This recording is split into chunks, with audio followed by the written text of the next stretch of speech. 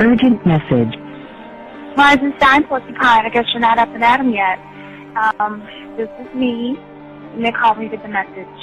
All right? Thanks. Bye. Skipping. Urgent message. Trying to get a line to call you. It's been, so problematic for some reason tonight. I can't get a dial tone to call you. So this is like my fourth location, and the phone went through. I couldn't talk earlier because it was right there. So if you haven't gone to sleep, call me back. Thanks. Bye. Just wanted to say goodnight anyway. All right.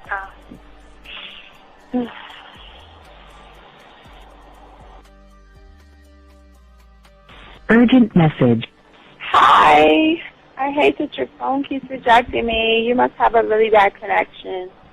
Anyway, I don't know. It's 11:42. It's not even late. So if you're not asleep, call me back. All right, bye.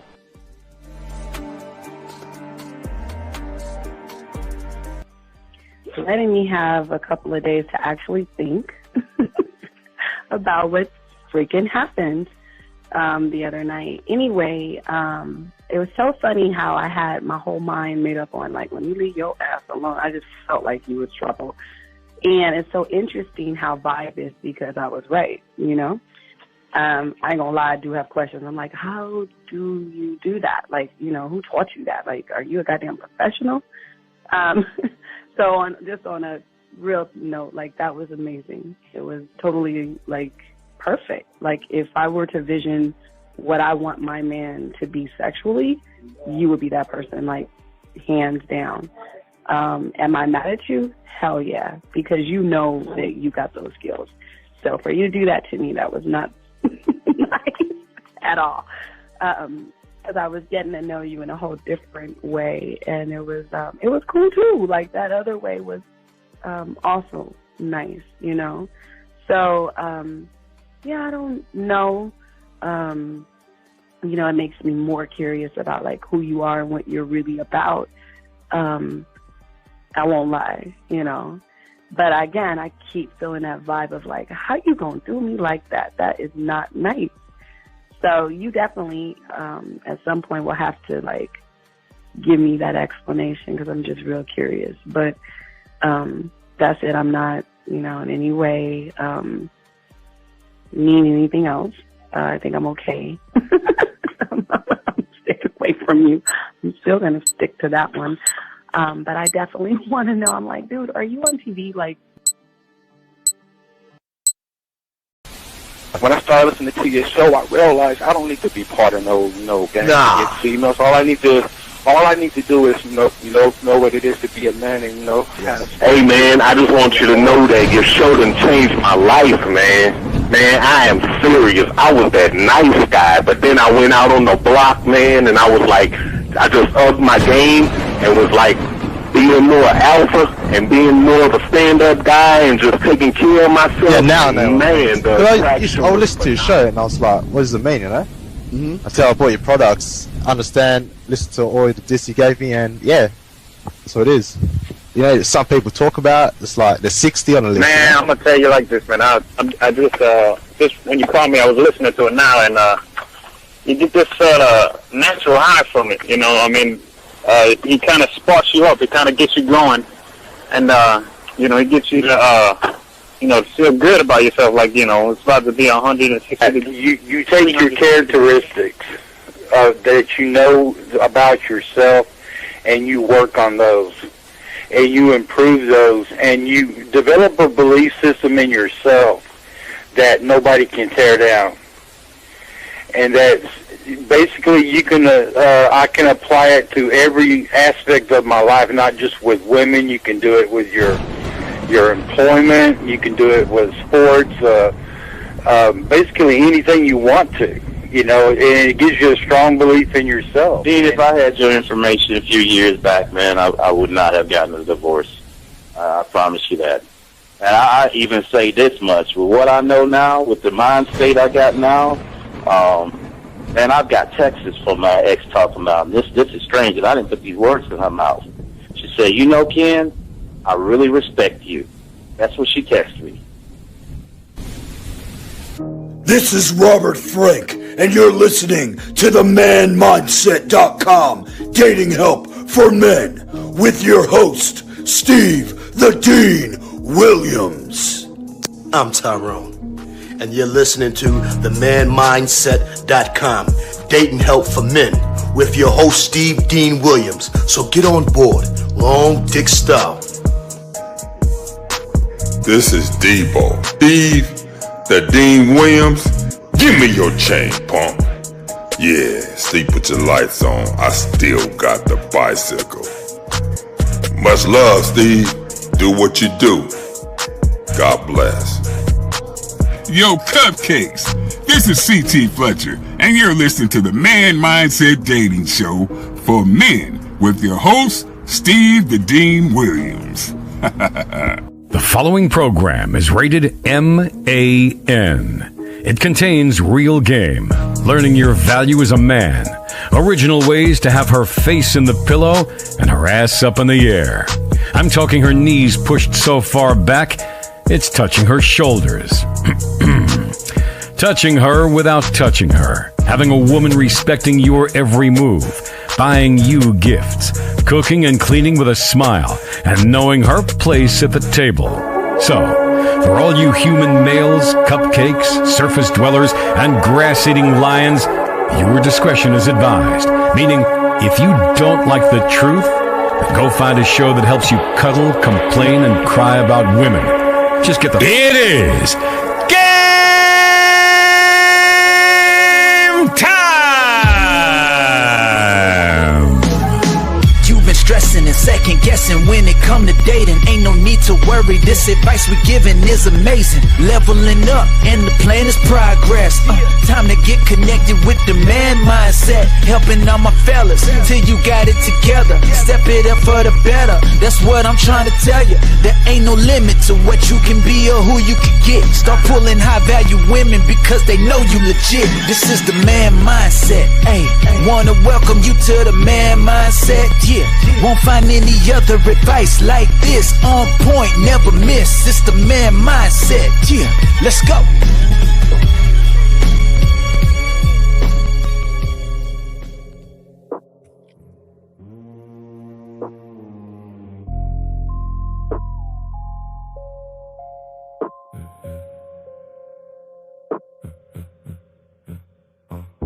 It's a new year. The booty's coming to a town near you. Thick curves, new faces, fresh and brand new. We get a new batch of women, a new batch of freaky, a new batch of dirty who smoke that sticky, icky. Listen up, Steve is gonna teach you the game. Testing out what's nasty, one night stands, no names. Using their mouth, open the cheeks, having fun, they don't care. Have their face in the pillow, they love it. Booty all up in the air. Turn those freaks out, they all the same. New batch rolling through, looking so freaky. Dirty talk, dirty walk, keeping it sneaky. Pass the sticky icky, watch them light it up. Drink till they tipsy, then they open up. Some girl on girl, soft lips, no limit. Touching each other, dirty thoughts, licking their nasty fingertips. No mommy and daddy around, different rapper. You don't need to date them for them to go down. Some ride the train, take every inch of it. Legs spread wide like airplanes in the sky. Nasty life vibes, they don't even try to hide. They love getting freaky with no limits at all. Tongue down the throat while the girlfriends watch them fall. Ride that stick slow, then bounce it like a trampoline to drink it all. New rapper, love getting choked out while they grinding real deep. Booty up, face down, begging don't you dare go to sleep. Suck it sloppy wet till the spit start to drip. Then hop on top and ride till they can't feel their hips. Love them group sessions, 2, 3, 4 at a time. One sitting on the face while the other one climbs. Love getting stretched out, legs pinned to the headboard. Screaming through the night till the next start they record. It's a new year, the booty's coming to a town near you. Till near you. New faces, fresh and brand new. We get a new batch of women, a new batch of freaky, a new batch of dirty who smoke that sticky, icky. Listen up, Steve is gonna teach you the game. Testing out what's nasty, one night stands, no names. Using their mouth, open the cheeks, having fun, they don't care. Have their face in the pillow, they love it. Booty all up in the air. Yeah. Turn those Yes, sir. freaks out, they all the same. Yeah. What's up, everybody? We're here. It's August. Y'all know what time it is, gentlemen. It's a brand new year. The animals, the new elk, the new zebra, all the nasty girls are coming into your town, and we're going to talk about that today. Guys, you got a question, get at your boy. We're gonna lace y'all with the game. We're going to help y'all out. Soak this up the right way, and y'all going to be good to go. Let me get this out y'all way so y'all don't see it. But gentlemen, if y'all got a question, go ahead and put a Q. We got y'all covered. But, it's our annual August, like I always say, man. It's a new year for you guys out here for us.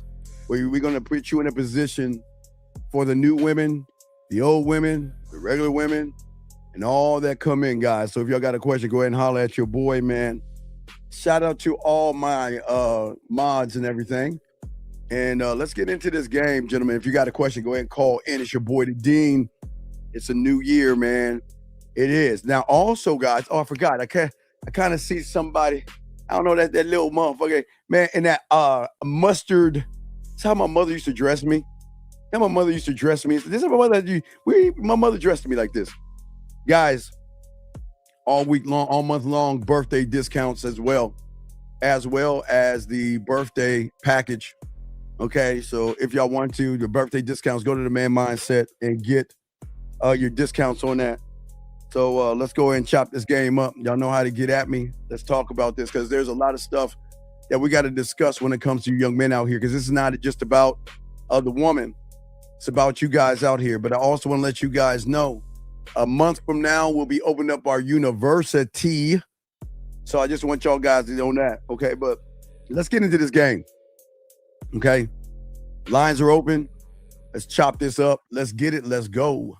All right, man. So for many of you guys out here, it's time to realize that now that you're going to have a new bunch of women here, okay? A lot of y'all guys feel like you're making your own decisions when it comes to women, okay? Sometimes when you get around a woman, your timing feels off. But let me go ahead and grab this call real quick before we continue this conversation. You know I got you. I got to take calls first. 617, sir. What's your name? What's your question, sir? How can I help you, man? What's up? What's up, man? This is Jan. And my question is, how can I start enjoying going out by myself to meet women? Well, it's not about you starting enjoying to meet women. You got to learn game, sir. There's nothing enjoyable about you. That's why you got to learn the game, sir. Because what I'm saying is that this is why this is so exciting for men like me, because they already out of hibernation. And if you don't feel the thrill of the hunt, not the woman, but the thrill of the hunt, knowing you got a new batch of women, knowing there are women out there that's waiting to find dominant men, and you don't get excited about that, I don't know. I don't understand. What is it that you don't feel excited about, man? I guess it's not that I'm not excited, but it's mostly fear, and that I've never. Well, there you go. It's the fear. Okay, see, that's the problem, and that's what we're gonna be talking about today. See, there is a fear. What happened that you chose a fear because how old are you, young man? 26. Okay, you chose, and how long you been listening to me for? For about 2 years. Right. So you don't want to learn anything. So that's what I understand. What you don't want to. Okay, listen. Okay, watch this. You're 26 years old. You choose not to get the help. You choose not to get the coaching, and you think a one-word answer is going to help you get rid of the fear. No, I don't expect that. No. No, but what I don't understand, buddy, is you've been listening to me for 2 years now. Why haven't you got the proper coaching and learned the game the right way? No, we actually just started. I just started getting coaching by you, so I'm like, all right, very it's a process. But what I'm saying is that what happened to you, man, I got you. Look, okay, so I want to let you know again, like I've always said, it's not you. You're not the problem. The problem is that what you chose. See, what you don't understand is that you chose fear before you chose the man in the mirror. You chose to believe in fear because you didn't want to believe in yourself. Right. And what happened was, and this is why fear is always stays employed inside the man, and it rarely is going to announce itself because right now you don't believe in yourself. And and what have you done to work on yourself? Have you worked on your mouthpiece? Say no. No. No. Have you worked on your poetry? Say no. No. Right. Have you worked on your crib to get it right for a woman to come over? Say no. I'm sorry, repeat that? Well, just say no because you didn't. You didn't. What I'm saying to you is this. What is it about women that you are afraid of?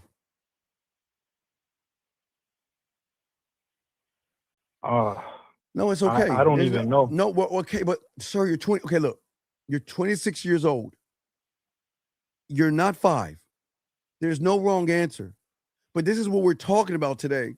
Because see, the thing is that for many of you guys out here, young man, you say you're 26, right? Yeah. You never ever carried over manhood. You're still in high school right now. Does that make any sense? Yeah. And the thing is, it's not your fault. I'm not going to sit here and blame you. But every time since you've been in high school that you wanted to make a move on a woman, just like now, you stayed still. And when you stayed still, young man, you don't understand. You trained your mind. You trained your mind. It wasn't the woman. You trained your mind. What you did was you rehearsed being invisible. You rehearsed staying in the darkness and all this other stuff. And you taught your mind, young man, unfortunately, fear is the authority. And every time you wanted to speak or say something, you couldn't do it. Every time you wanted to talk to her, because what I'm saying is you don't know what to do. Does that make any sense? Yeah, it does. Right. And there's again, I got a lot of guys are going to be like you, man. So don't even sweat it. It's all good. What I'm saying is that it's not you going up to her is the problem. The problem is it's what am I going to say? What am I going to do? What am I going to text? How am I going to go on a date? What am I going to do on the date? Is she going to like me? I'm sure you have all those things running in your head. Am I correct? 100% correct. Right. And it's all good. Okay. So see, that's what I'm saying. So it's all good because what's happening is that your confidence and your sexual confidence can never grow in a person, okay, that keeps concealing and canceling and covering up the actions that you have to take. See, you've been listening to me for 2 years, right? Did you go out last night? Did you go out last night? No, but I am planning on going out this weekend. That's why I'm calling in. No, sir. No, listen to me. You've been listening to me for 2 years. Don't I always tell you to go out Friday and Saturday? Yeah. So why didn't you go out Friday and Saturday? Why didn't you go out? Why didn't you go out last night? Because of work. Okay, what time did you get off work? I got out at like 4, but I go in early the next day. Okay, wait a second. Wait, let me get this straight. You get off work at 4 in the afternoon, yes? Yeah. And you go into work at what, 8 or 9? No, I gotta be up at 4 a.m. to get to work at 5. Okay, so you can't go to a club for an hour, 2 hours and enjoy yourself? You're young, man. You should be able to take a 5-hour energy and you'll be good for the day. I don't understand. Why make the excuse? See, what you're doing is that's why you have an open loop. Because the way you're doing, the way you're moving, the way you're thinking is that you are allowing your fears not to allow you to actually grow. And then when you go, you're too busy worried about what women think. You wonder if she noticed you. You wonder how your voice sound like if you ever talk to a woman. You're going to wonder if she smiled at your introduction, okay?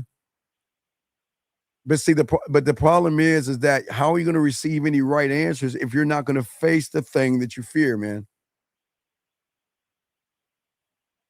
You're right. I can't get answers if I'm not putting in the action. Right. So this Yeah. isn't about right or wrong. This is about what is. Like what do you want to do with yourself? I mean, you're 26, man, and you're getting a new batch of women that they don't want guys like you. Because guys like you are very immature. Women want a mature kind of man that is dominant. But if you're not dominant, they're gonna walk all over you because they don't want that in their lives. They want somebody that they can appreciate and rock with and be led by. Does that make sense? Yeah. All right. So you have any other questions? No, that's it. Well, look, man, let's get this game, man. Look, come on, man. I All get right, it. man. I'm gonna hit you my at you. No doubt, but listen to me. It's okay, okay? Look, man, I had to talk to older chicks, man. When I was young, man, I got thrown into the deep end of the pool, so it was a little hard for me too. But I got over it and I got through it. So if I can get through it, you can get through it, okay? You just Yes, got sir. it. You just got it. I'm not going to say believe in yourself and make this like an affirmation, but you got to keep soaking up the game, man. Because if you don't, you're not going to get it. Because right now you have an open loop, and that's what we got to work on. Okay. All right, man. Okay. I Now appreciate I'll it. talk more about it, but I'll throw you back in. Keep listening, man, and we'll chop it up. If you have another question, call back. Okay, buddy. All right, no doubt. All right. Great job. Great job. I appreciate you, man. Great, awesome call, gentlemen. Let me explain something to you guys out here that you understand. Most of you guys don't understand that when a woman says no to you and when you have game, she gives you information. Fear, when you don't have the game, fear will give you imagination. Let me say it again. When a woman says no to me, that is, wait, let me, we block. I don't know why this person came in. Wait, I think we blocked this person. 678, why did we block you? Are you there? Yeah, I don't know why you blocked. Okay, what's going on? What's your name? What's your question? So my name is Armand. My question.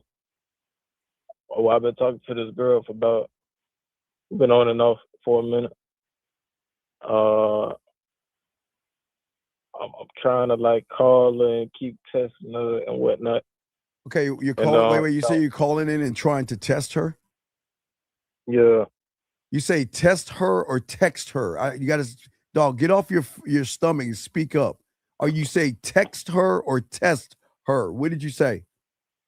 Yeah, I was texting her. Okay, you're trying to text her. So what are you texting her? And what do you mean? Okay. When you say on and off, that means, what do you mean by on and off? Like, I introduced myself. She was saying where she was from. Sir, okay, I didn't ask you how you talked to her. You said you were on and off with her, yes? Well, we didn't get very far, but yeah. Okay, yeah, so much. what?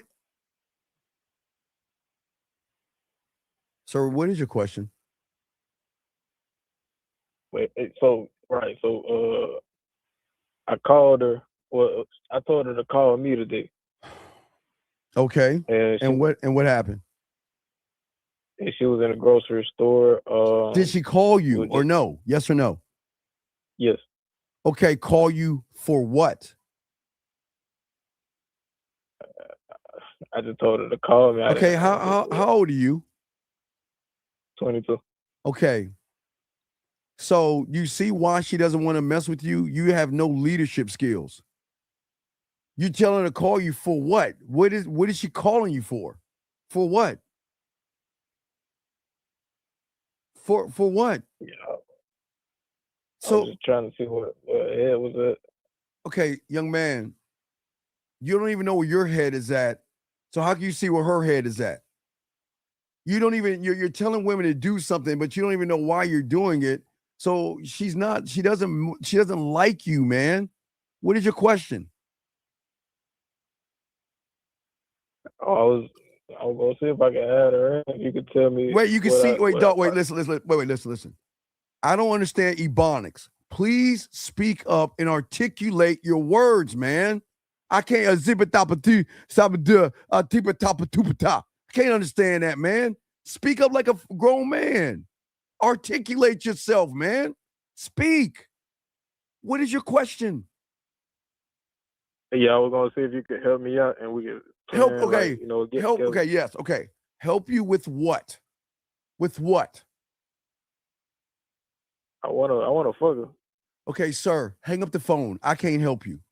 I can't. I'm serious. I can't help you. What? Okay. Let me tell you why I can't help you. Listen to what your punk ass just said. You asked her to call you. You don't know why you want to ask her to call you. How long have you known her for? About like a week. Oh, longer. You just like said 2 weeks. off and you just said off and on, man. How long have you known her? See, this is why I don't like lies. This is why I think I blocked you, because you're a lying asshole. How long have you known her, fool? Probably like a month. It's been probably like a month.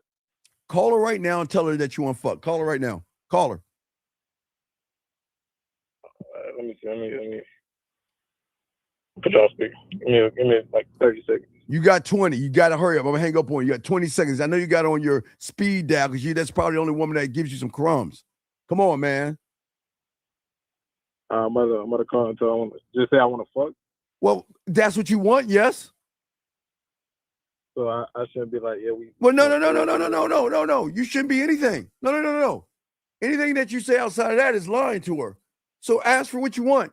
Tell her you want to come over because you want to fuck. Go ahead and call her right now and tell her. You have 15 seconds. Let's go. I'm done now.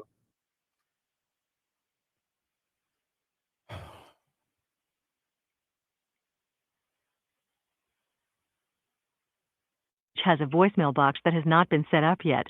Hello, I'm gonna try one more time. She probably blocked you. I'm down there right now. I'm gonna try one more time.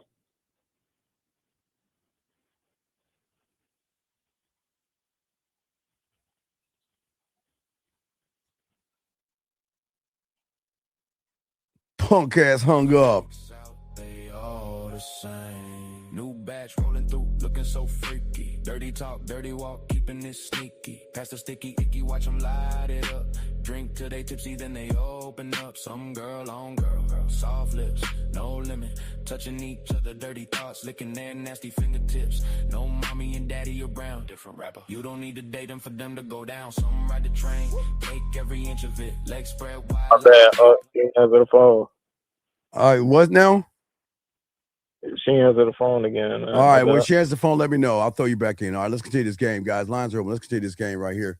Guys, your boy, the Dean, class in session, man. I get, like I was saying before, gentlemen, rejection, men don't get rejected. So when a woman says she's not interested, that's information for a man. But gentlemen, when you don't have the game and you don't know yourself, fear gives you imagination, okay? No closed door. And I'm going to explain why that is. The reason is because many of you guys don't believe in yourself. You create a reality when you see a woman, and that fear is the thing that reinforces the reality. All you guys out here. A lot of you guys think that you are protecting yourself from the discomfort, okay? And for many of you guys out here, this is why y'all are losing with women, because you don't understand that fear has turned into something that you have released because you don't understand yourself. Now, please understand, you're getting a new batch of women in your town. But I'm telling you right now, these women are looking for mature men that have leadership skills. And the thing is, for you guys out here, I've seen this before, okay? All you guys out here, you would say to yourself, I need more something. So you go onto YouTube and look it up and say, okay, well, I'm still scared of women, but what can I put over top of me to hide the fear? I need more confidence. I need more money. I need better clothes. Okay. I need a better body, a better car. I need this thing called more game. Okay. Sometimes improvement is needed, but guess what? Sometimes when we're looking at improvement, it also can be a hiding place. For many of you guys out here, you say that you're going to talk to women and all these things out here. You're going to do all these better things, and I'm going to try to talk to a woman and connect with a woman. But a lot of y'all guys have, because of the fears that you have, gentlemen, you have to understand because y'all are frightened. And sometimes it's not frightened of the woman, gentlemen. It is frightened of the unknown. Okay. A woman is not the one that is going to put you on trial, shot of jail. Okay. This is where manhood starts. Okay. She's just a woman. And again, this is not tearing her down or saying anything bad about her, but she's just a woman. And see, a man that has game is not worried about what a woman's going to say and what a woman's going to do. And that's what we're going to be talking about today. Because a woman needs to feel your presence, gentlemen, and she can't feel that through the fear.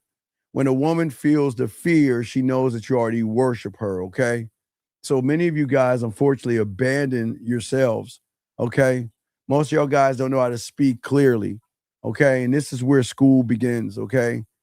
I'm not here to teach you pickup lines, and I'm not here to teach you any kind of tricks or gimmicks or anything like that.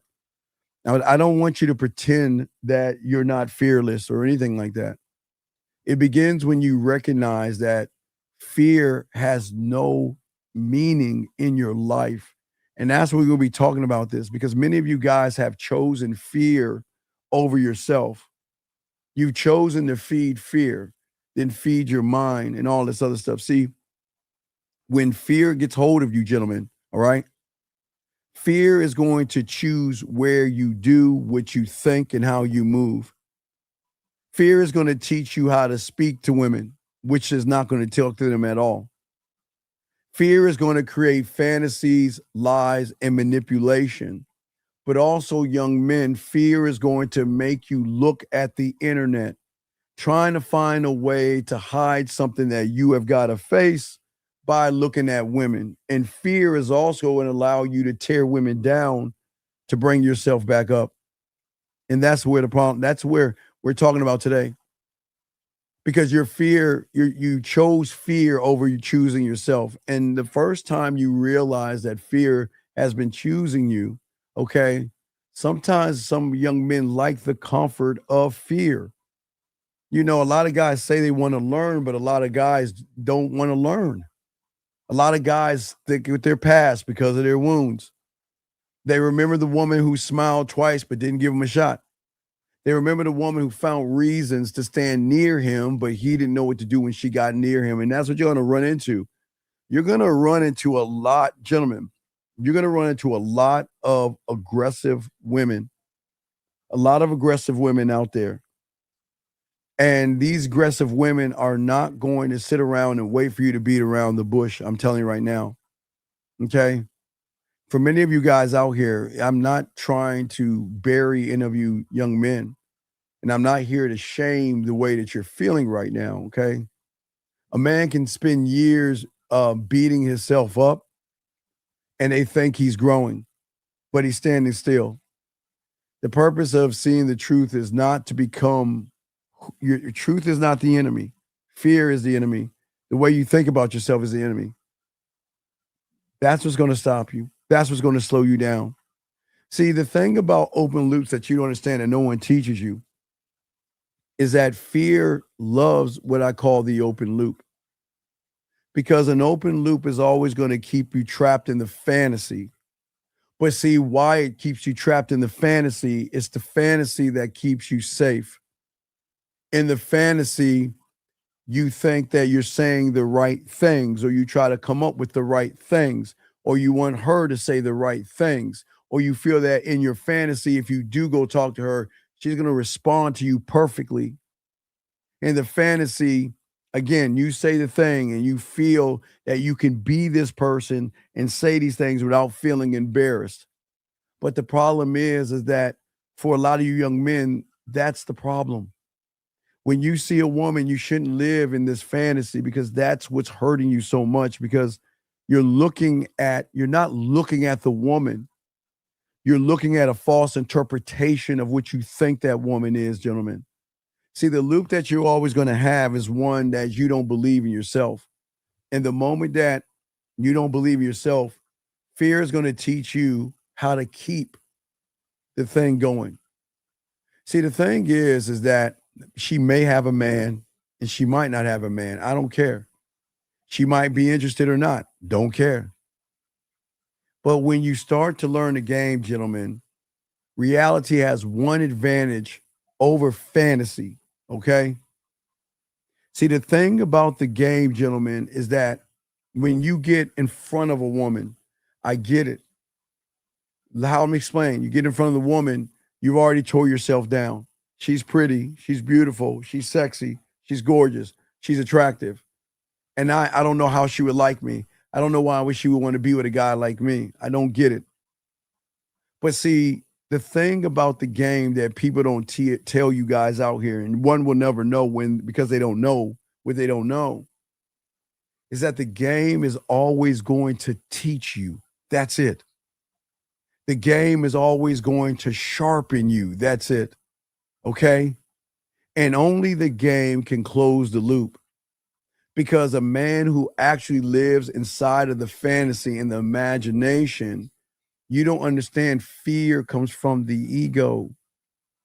It comes from self-importance. It comes from lack of experience. And a lot of men out here are starving themselves and feeding ego, self-importance, and everything. The guys, you need to understand the power that you guys have. You have the power. You don't have to worry about your clothes. You don't have to hide the fact that you don't have a car. You don't have to hide the fact if you live with your parents and things like that. Yeah, those might have a little negative effect on it. But when a woman is into you, she doesn't care about what you have going on. Okay? See, most of you guys out here, y'all think that style is something that you have to become for the woman. But see, when you have the game, style is not fabric. Style is the way the man announces that he has accepted himself. Style is not your car. Style is not your clothes. Style is not your watch or your cologne, gentlemen. Again, style is the way that you announce yourself to yourself when you have accepted yourself. And see, that acceptance changes how you see the world. Remember, guys, and y'all see this on Sunday show, a lot of young men don't believe in themselves. And a lot of young men feel like they don't have a shot. The world is not fair. Women are not fair. I don't have a shot at women or anything like that, gentlemen. I get it. But style is part of the game. And when I say style, I'm not talking about the clothes that you have on your back, okay? All right, I'm telling all you guys out here, it is the way that you see yourself. It is mental. And that acceptance changes everything. Because when I walk up on a woman, I'm not asking her to approve my existence. I'm going to exist with or without her. And all I'm doing, gentlemen, I keep trying to tell you, I promise you, stop begging to get in her world and learn how to invite her into your reality. Man, I watched Spider-Man this morning. I got out at like 1 a.m. Man, that simpy ass, man, guys, I'm a geek. I got to watch it. But man, come on, Peter Parker. Man, he was broken, weak, soft, effeminate, man. They're your neighbor, friendly neighborhood Spider-Man with no nuts.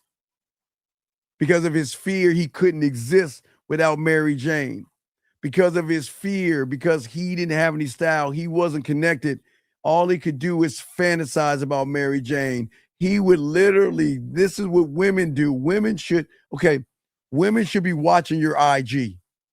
He was literally on his couch damn near every day watching IGs and TikToks of his girl that he liked.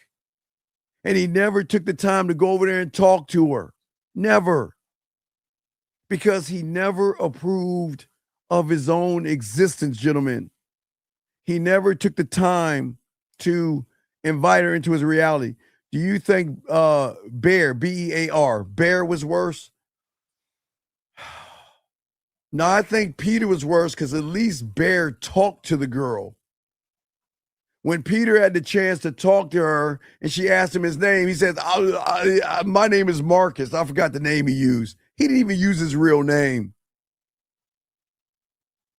As a man, I am not approving of her. All I'm going to do is invite her into my reality. She is either going to enter or not. I'm not going to dim the lights of my world for a woman, gentlemen. And this is where it comes into the lesson. This is part of the man who has to stop negotiating himself with fear. Because remember, you see the woman, you don't talk to her first. You talk to yourself first. But you're not talking to yourself. You're talking to the imagination. Remember, gentlemen, there's layers to this. When you don't see yourself one thought, one mind, one way, and you see that woman, you're going to talk to the fantasy that you created about that woman. Just like Peter Parker, when he saw Mary Jane, he created a fantasy world because he was holding on to a past hugs, past kisses, past whatever he spent time with her. But he was holding on to that. So when he saw her, he would talk to the imagination, the fear, and the fantasy. He was negotiating with fear. Okay? That's where a lot of you guys are doing. See, most of you guys don't understand when you have a game, you don't force a woman to like you because I don't even want a woman to like me. That's disgusting. Your power comes from refusing to force yourself into hiding when you see a woman. When your fear says, wait, I need you to be perfect. It's not the perfect time. Gentlemen, in the game, there's no such thing as the perfect time because you are the perfect time. And anything you do is the perfect time. But when you don't understand yourself, you're going to assume that you have to wait for the sun, the moon, and the stars to line up. And I got to wait for the perfect moment, the perfect time. But when you have the game, gentlemen, you are the perfect time. You are. You don't have to wait to be perfect. Okay, you move when you want to move. Fear is going to say so many things to you guys out there because it knows you very well. It knows everything about you that you don't know about yourself. And if by chance you get through the first phase of fear, what's going to happen is fear itself is going to do something else, okay? Fear itself, what it will do is it will make you feel like people are watching you. Fear is going to say everybody's watching. And you know when fear says everybody's watching, he knows you're not going to do anything. Okay? He knows that you worry about people looking at you. And when fear says she might reject you, you guys don't do anything at all. You believe the words in your head. But see, the thing about the game is that I'm not listening to why would I reject me and why would I reject myself? But a woman, again, these women out here, shout out to these ladies out here, they can feel the difference between a man chasing validation and a man offering connection. I am offering connection, discovery, something different, something that you can absorb, something that you can feel, something that you can connect to. But she's not used to our kind. When you guys out here are frightened and you talk again, you feel invisible. So you talk invisible. And it's like you're offering her, you're telling her, you're going to pour water in her hand and you want her to hold on to it and grasp it. And it's going to seep out.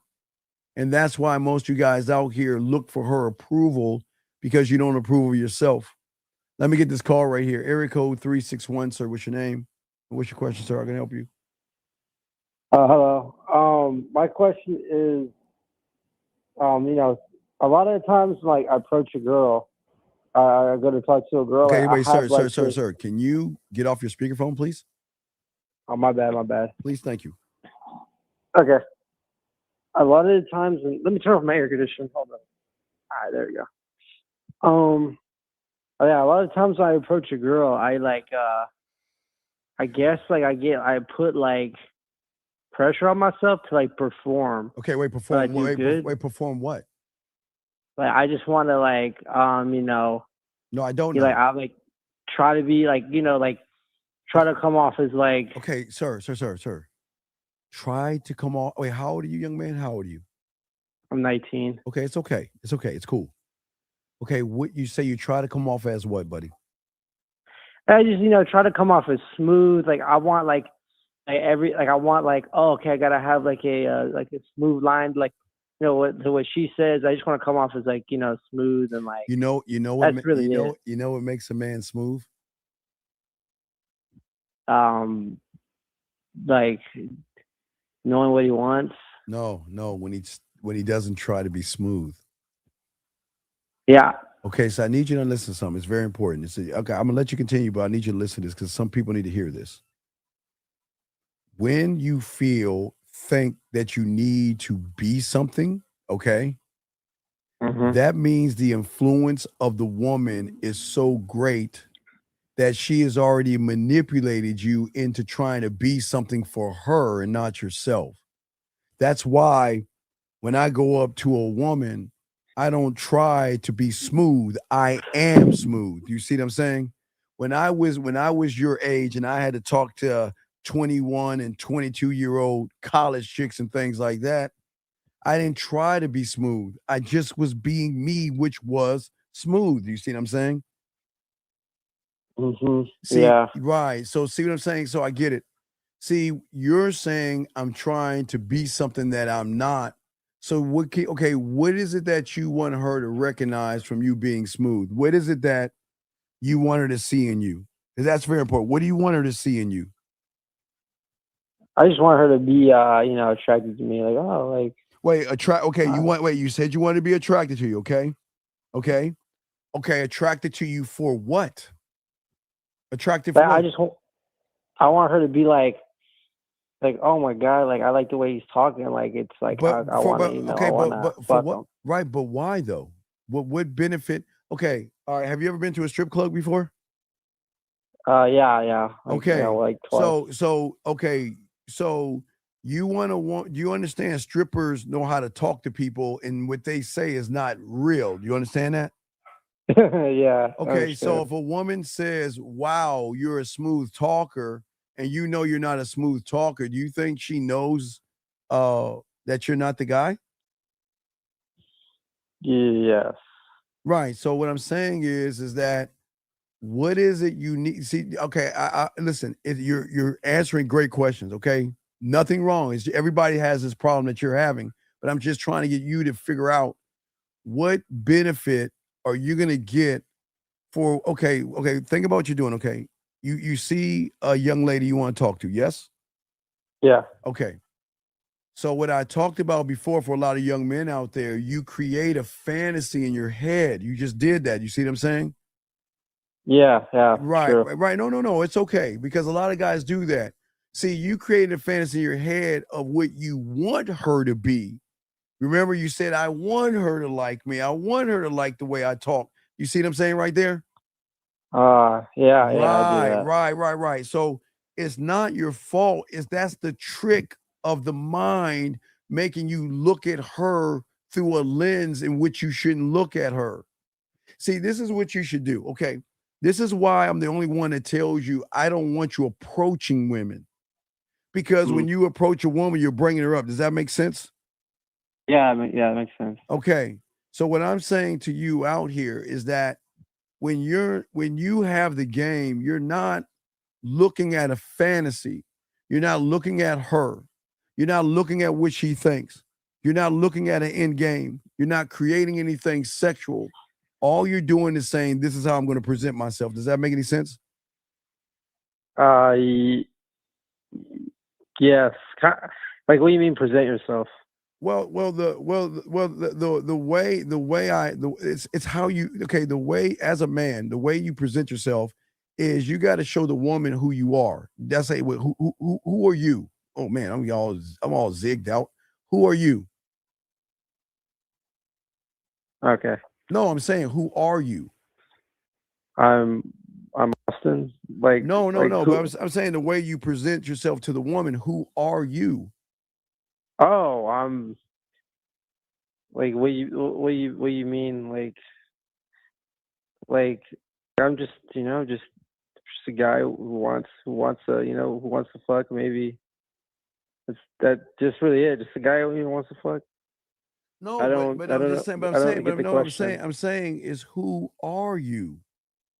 Okay, let me give you an example. I'm gonna knock two birds. Okay, well, I'm gonna give you an example. I appreciate you. All right, check this out. So I'm gonna read something to you. Ready? So this guy says, this guy Steve, me and a girl I'm smashing was just at Walmart. Her neighbor seen us in the store, and he came up to me and shook my hand and said, "What's up?" And I told her, and told her that her dress was nice. And do you see what the problem is with this guy? That her dress was nice. Well, no, he just brought her up. No, his insecure. Okay, this young. Okay, because he doesn't know how to fuck, and because he's insecure and he's effeminate and he's soft and he's thirsty and he's desperate. People like him are why women fuck other guys, because he's insecure. See, look at what he's saying. He's saying, should I feel some type of way because somebody walked up and complimented a woman that I'm just smashing? He didn't say his girl. Right, but no, what I'm saying is, young man, okay, watch this. He is at the second level that you're going to become if you ever meet a woman. Does that make any sense? See, you don't understand level, right, because of your fear. So a lot of you guys are going to run into women. But see, when you don't have game like this young man, I don't even know if he smashed. He doesn't, I don't know if he probably paid for it or maybe got it for free. But what I'm saying to you guys out here, okay? What I'm saying to you is that when you guys don't have any game, look at the insecurity. A guy walks up to a woman and compliments her, and he's asking me, should I feel a type of way? You see the femininity in him? Why do you see why women break up with guys? You see how women get tired of you guys? Because you guys out there are not even thinking about it. You see what I'm saying? Mm-hmm. Right? Yeah. Right? And see, and see, young men like that are dangerous. I don't want you to be that guy. That guy right there, she doesn't like him. She doesn't respect him because he's not only is he insecure, he's probably following around looking at her phone, and then every guy that looks at her, he thinks she's probably smashing. So he's kind of like a red pill incel guy. So he's not gonna, but I'm saying, I don't want you to be him. You see what I'm saying? Yeah. I don't want you to be him, because you're going in the same path he's going. Because see, you are afraid of the woman. His insecurities are afraid of women, but he got locked up and got some pussy, allegedly, right? Mm-hmm. But because a guy complimented her, and because his fears and his insecurities, his femininity and his emotions came up, he's feeling some kind of way, okay? Mm-hmm. Right? Yeah. Right? So that's what I'm saying. But see, now let me show you how the ego works, young man. See, now that I called him out for what he is, let me explain what he just did right now. He says, I'm not worried, right? I'm going to read this to you, okay? Let me read this to you, okay? He says that off topic. Me and a girl was smashes at Walmart, okay? And her neighbor saw us and came up to me, shook my hand, and said, what's up? And told her that she dressed nice. Should I, watch this, I want you to listen. Should I feel a type of way? Then after I smoked him out, guess what he said? I don't feel a type of way, right? And then he says, I'm not worried. He says, I'm not worried. But if he if he wasn't worried, why would he say, should I feel it? You see what I'm saying? This is why, okay, I'll time you out. This ain't for you, man. This is why a lot of guys lose, because they don't want to face the truth. They don't want to see that they're the problem. But you're facing, I appreciate you, young man, but that kid, he's fucked. Because he won't accept that he's the problem. He's the problem. And see, because his insecurity, his low self-esteem, his low image, his low self-worth, you guys are going to run into a woman, but I don't want you to be like that kid right there. I don't want you to be insecure and worried about women, man. I'm listening to you. I saw one of your videos, and I think you were like, you got to stop lying to yourself. And I used to always tell myself, like, man, like I'm like, I'm confident, but the other day I was like, I'm actually pretty anxious. So, No. Listen. That's the difference why I'm talking to you versus him. I'm saying that in order to move forward, you have to be honest with yourself. Yeah. And the one thing that young man is not doing that you're doing is you're facing and being honest with yourself. But see, a lot of young men don't want to hear that truth because they ain't got the game. You see what I'm saying? Yeah. And I'll throw you back in, but do you have any other questions? Got to continue the show, but do you have any other questions? Yeah, that was it. Just like I always feel like I have like I pressure myself to perform, but Well, no. Okay, wait.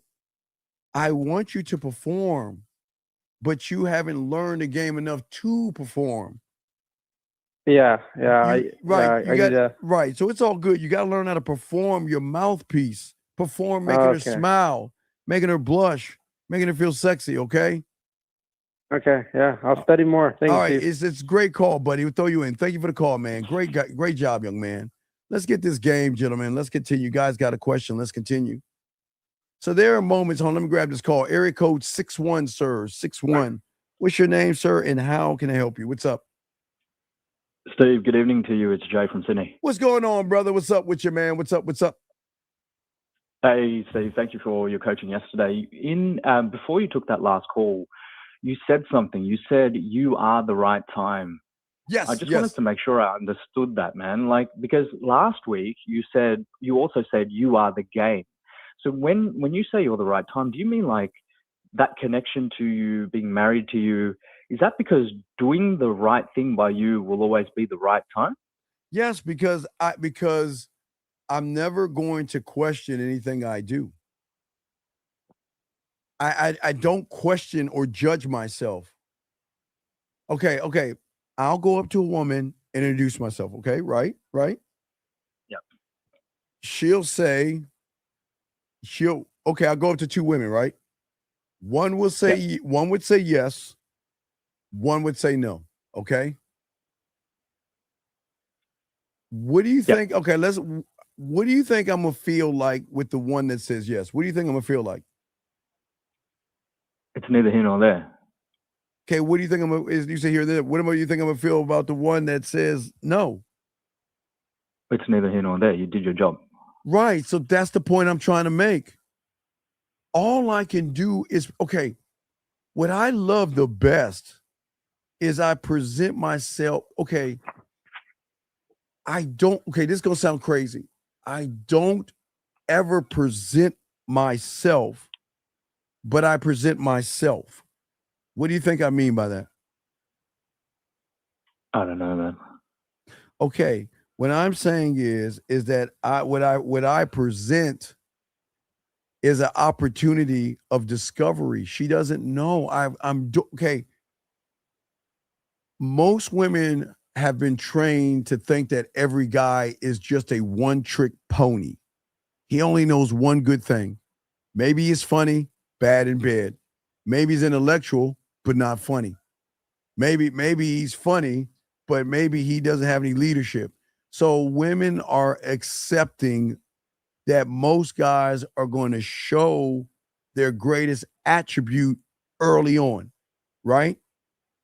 Right. Yep. Okay. But see, the reason why I tell you that's bad is because I keep telling you, stop trying to impress them with your greatest attribute. Your greatest attribute should be in the back and it has to be earned. You don't give her the best part of you because, a lot of guys see a woman and you're like, okay, well, I'm really funny or I'm really intellectual or I'm really something. So when I see her, I got to try to impress her with the thing I know the best, whatever that thing is, right? Yep. And that's why you don't do that with a woman. Because when I'm talking to a woman, I only present enough of me, just enough to quench her thirst to want more of me. That's it. I give nothing.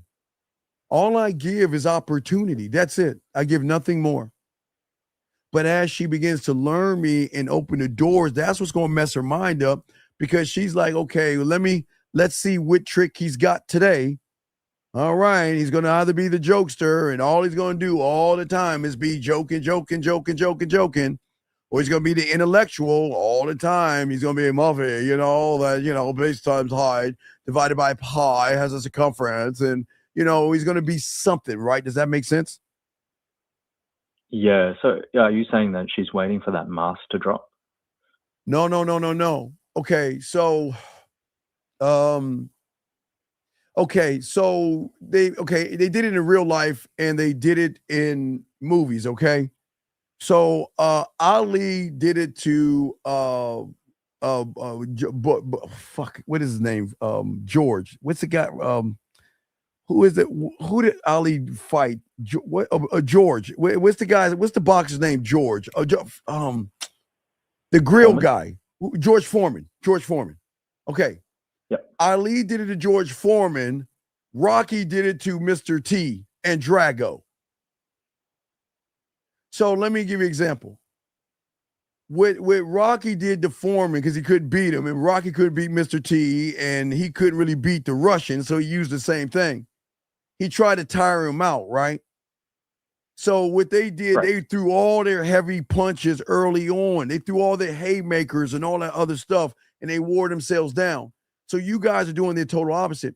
See, you're throwing everything up front, hoping that is going to get her to be attracted to you, because there's nothing left behind that. I mean, I'm going to give her everything all up front.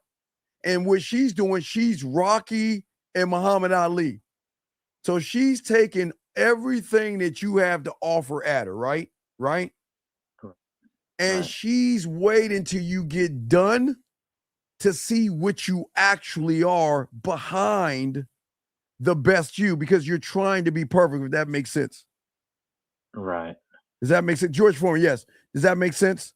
See, what I'm saying is a lot of you guys, you want to be perfect to a woman, but that's why you're imperfect.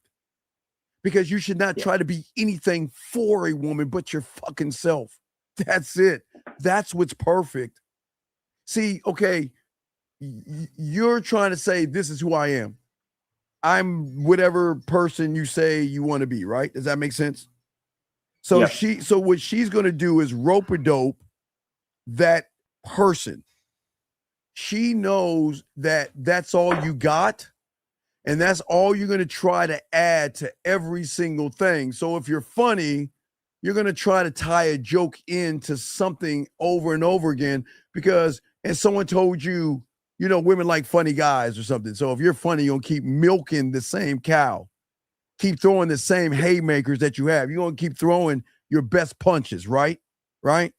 Yeah. And all she's doing is just doing like this. She's just ducking and dodging and then waiting till you tire yourself out, because eventually your cup is going to get empty.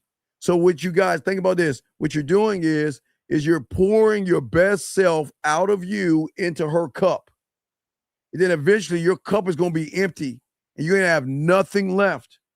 That's who she knows, and that's what she's waiting for. Now, when you have the game, young man, what is going to throw her off is that pouring is never going to end. It's going to keep flowing. But what's going to happen is it could be a drip, a flow, it could be a pool, a river, a lake, an ocean. It could be millions of things, because you're so many things her mind cannot process. Remember, I keep telling you, women are ignorant to men. They think that men are just one-trick ponies, because that's all they know. That's all they're built to process, right? She's not built to process a man that has an array of things going on for himself. Does that make any sense? Yeah, it does. So when let's say you use the term with Rocky's opponents, right? Yes. When you finish throwing the punches, is that the point? That's the point, right? Where Well, no, I'm not throwing, but I'm not throwing punches. I'm not throwing punches. I'm just moving lightly, just tapping, tap. You know, I'm just moving. I'm just I'm sizing her up, waiting for that opening to come in, because I'm not gonna waste a punch. You guys are just throwing lefts and rights and lefts, and kind of like George Foreman and Rocky, Mr. T, Drago, and George Foreman. You're just throwing, haymakers left and right and left and right, right? Right. Because you think your power is going to wear her down, just like you think that what you're good in is going to wear her down and make her see something. Now, here's the problem. I'm not never try to get a woman to see. That's your greatest mess up. Because her seeing is the worst thing you can do. See, you want her to see that you're funny. You want her to see that you're intellectual. You want her to see your clothes, see your status, see your muscles, see that you have a good job. You're too busy trying to get her to see shit. And if you're getting her to see shit, what isn't she doing?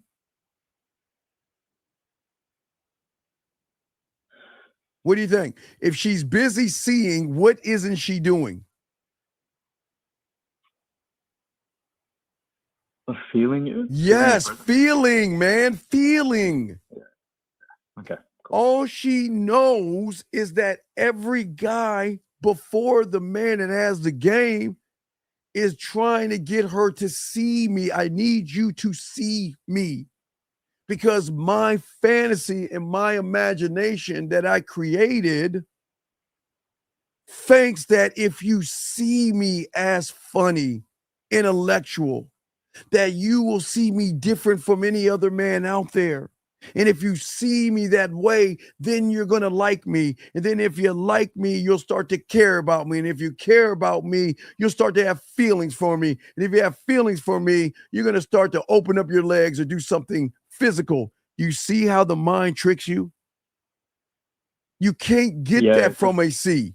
You can't get that because women see everything. Sight beyond sight. Shout out Lion-O, Thundercats. They see beyond that. Do you see what I'm saying? Yeah, I see it. So that's why I don't want her to see, because I don't want you to stop trying to be perfect for her. See, watch this.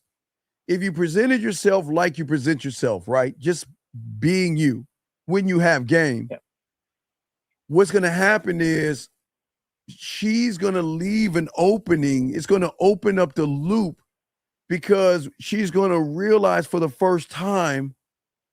Remember, I told you this is what opens the loop. The moment she asks a who, a what, a when, a where, or a why question. And the moment she says, why aren't you trying to impress me? That's when her loop that is closed is going to start to crack the fuck open. See, you wanted to crack open. Now, it cracking open is like somebody putting their hands, like you're boxing, right? Protecting, right? When that crack opens, it's like the person just drops their arms wide open. That's then when you hit her with the intellectual. That's when you hit her with the funny, because at that point, she feels like you're giving her all of you all up front. That's all they know. Giving her the best you in the front. But see, as a man, there's so many doors behind you that when she assumes, now watch this, listen, young man, listen. Remember, when a woman is a closed loop, she already knows.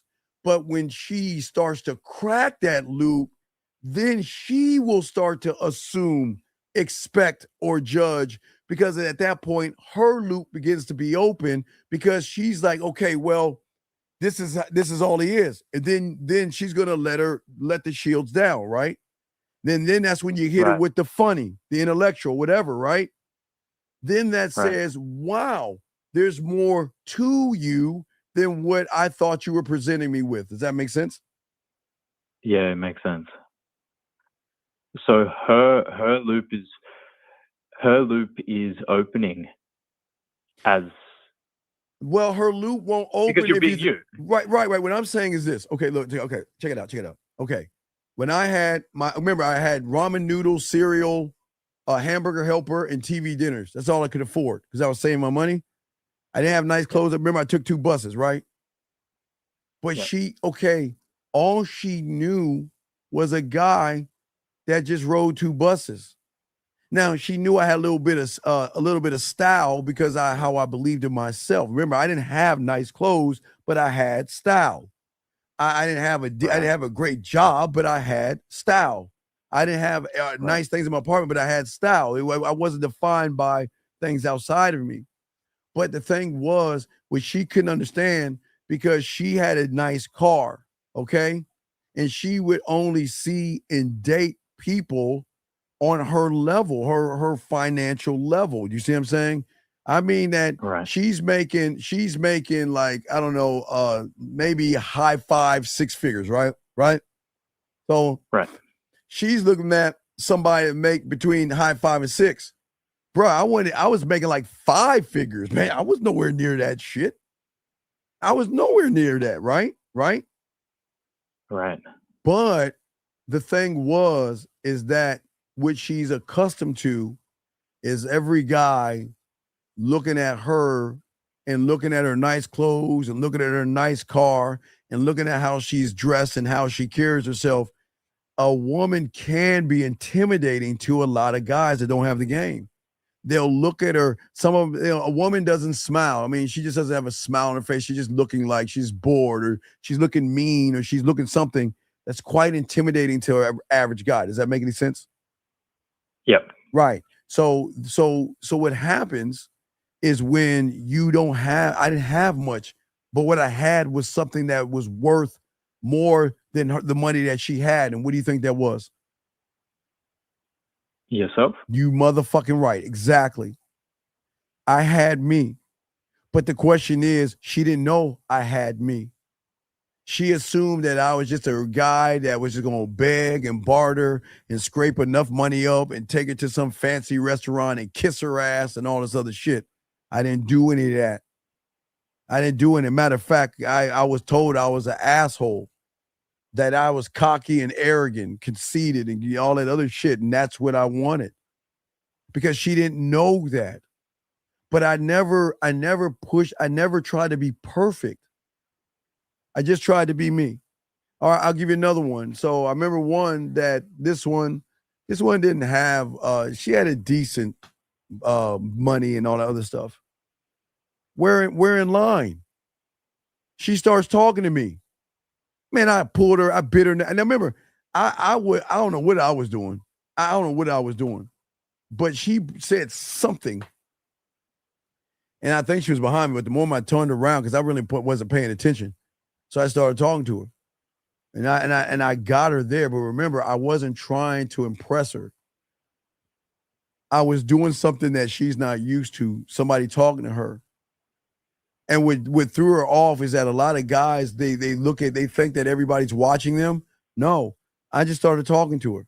I said, listen, we can continue this later on. Just here's my number, call me. And I floated off. And she was saying that was a little bit of arrogant of you to think that I was going to take your number when she called me, right? And what do you think I told her? What do you think I told her? I don't know. Well, you called me. I mean, that's it. I mean, what? I'm him. But see, watch this. What they had in common, they didn't know who I was. It's like some Bruce Wayne Batman type shit. Not Bruce Wayne being a millionaire or nothing like that. I'm saying Bruce Wayne as in she thought that I was going to try to, women are so used to, women that make money, when they get with guys who don't make money, they're so used to being tore down because they make money, or they're like, I don't like the situation because you make more money than me and whatever. They hear and deal with all that shit. But I never made it about the money. I made it about the experience. But she didn't know that. So what happened was that once I cracked that reality, I left it open by the way I touched her, looked at her, talked to her, made her wet, made her come. I already got her. But then that was just one part of me. Then the other parts were how she felt when she was sad. That was, I mean, it was just so many doors that she went through that she just couldn't understand it. She couldn't process it. I think women have a hard time processing a man that has more traits to himself. Yeah. Yep. Got it. Okay. So do you have any other questions? I do, Steve. Thanks for that. I have a question about land ownership, Steve. You spoke about it in your last, one of your calls last week. I love land ownership. Yes. Yes. Man, you started saying that men are landowners. They don't lease and they don't rent. A man with land creates the unbreakable man. And you went down that path, right? And you started talking about seeing her, celebrating her, appreciating her when she opens up to you, right? So my question is, what else is involved in land ownership? Where does it start? And does it ever end? Well, it just, okay. So the reason why I love land ownership is because I get an acre of land in a place that she doesn't even know exists. They don't know about this shit I'm telling y'all, man. They have no idea.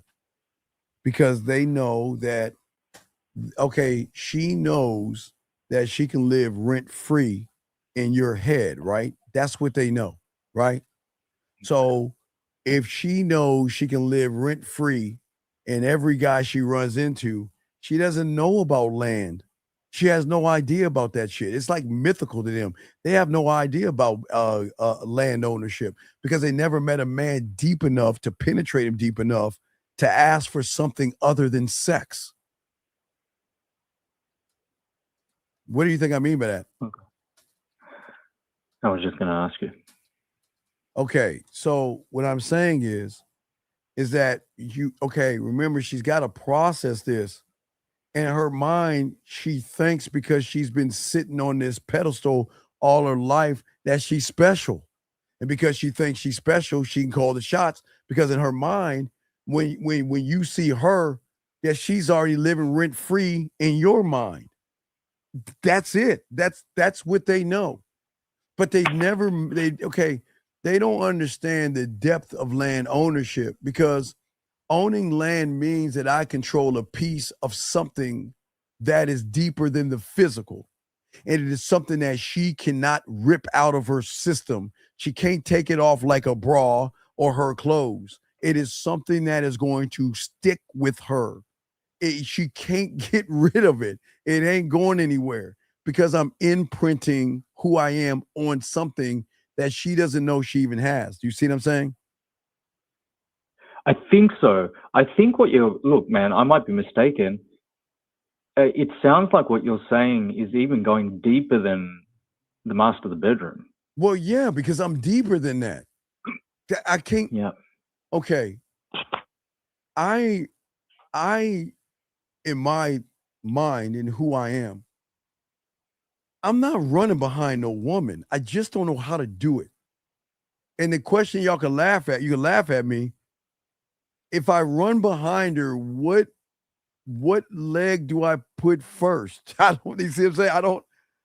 I wouldn't even know what to do to run behind a woman because I'm never going to do that. But see, I don't need to do that because me having land is going to make her come back to me. I am indoctrinating and giving her the drug of me. Does that make sense? Yeah. What is that? What do I mean? Tell me what you think I mean by that. Don't just say yeah. What do you think I mean by that? It means that you're offering something to her that keeps her grounded. That's where my mind's going right now. Okay. You're offering her No. I'm not. No. I don't offer. If I were to offer, wouldn't that be me throwing my punches early on? Yeah. Okay. So I'm not offering. I'm positioning for an invite. That's all I want. I just want her to invite me in. But the invite has to come from trust. It has to come from something, okay? It has to come from something like that. That makes sense. Okay. Yep. The vampire. Right, exactly. So as long as I can move that way, it changes up the game. It changes up how, because most guys don't even know about land ownership because they were never taught that. You know, does that make sense? Yeah, it makes sense. I've got a few more questions, No, but yeah, I just need to let no, that sink in. no. You can continue asking questions if you got land questions, whatever. Go ahead, I'm listening. No. I just need to let some of this sink in, man, because I'm just wondering. Okay, so let's say she trusts you, and I mean, where does the ownership start? The ownership of what? I mean, what's the land? Well, the ownership starts when she trusts me because of her emotional perfect pitch is going to open. Okay, in order for her to study me, she's got to get closer to me. So what do you think she's going to do with me to study me and get me closer to her? By allowing me in. Because in her mind, she thinks she's in control, but she's not in control. She thinks she's in control because all her life she felt like her body gave her the privilege to be in control. You see what I'm saying? Right. And you're not making it about the body. I'm not which is throwing everything off because I'm not making it about the sex. I didn't try to do things to get permission. Okay? Everything I did was for me. Okay?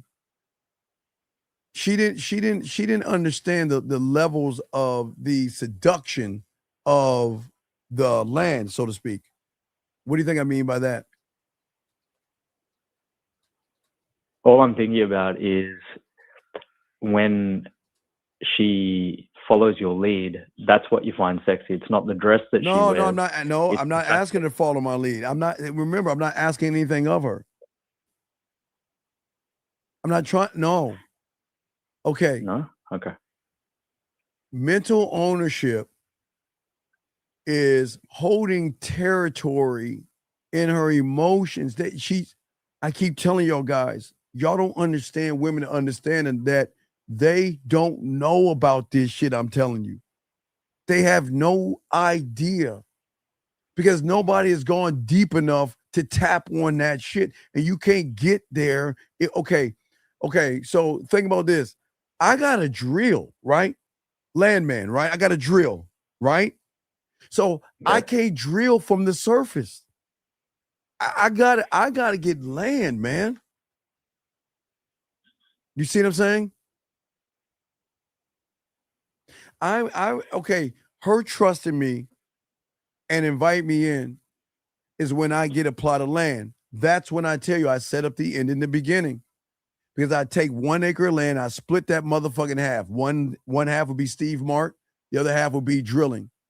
Because just because I got land, I'm not satisfied with that shit. I told you I want to conquer. So I'm gonna keep drilling. And the deeper I go, the deeper the what? The connection. There you go. The emotional. Right. The deeper the connection, the harder to sever it. Because she cannot interpret a deep connection from a guy that ain't running behind her until she processes, oh, he must be a ladies' man, an asshole, a jerk, a womanizer, or a bad boy, or whatever they want to name him, but he's one of those guys.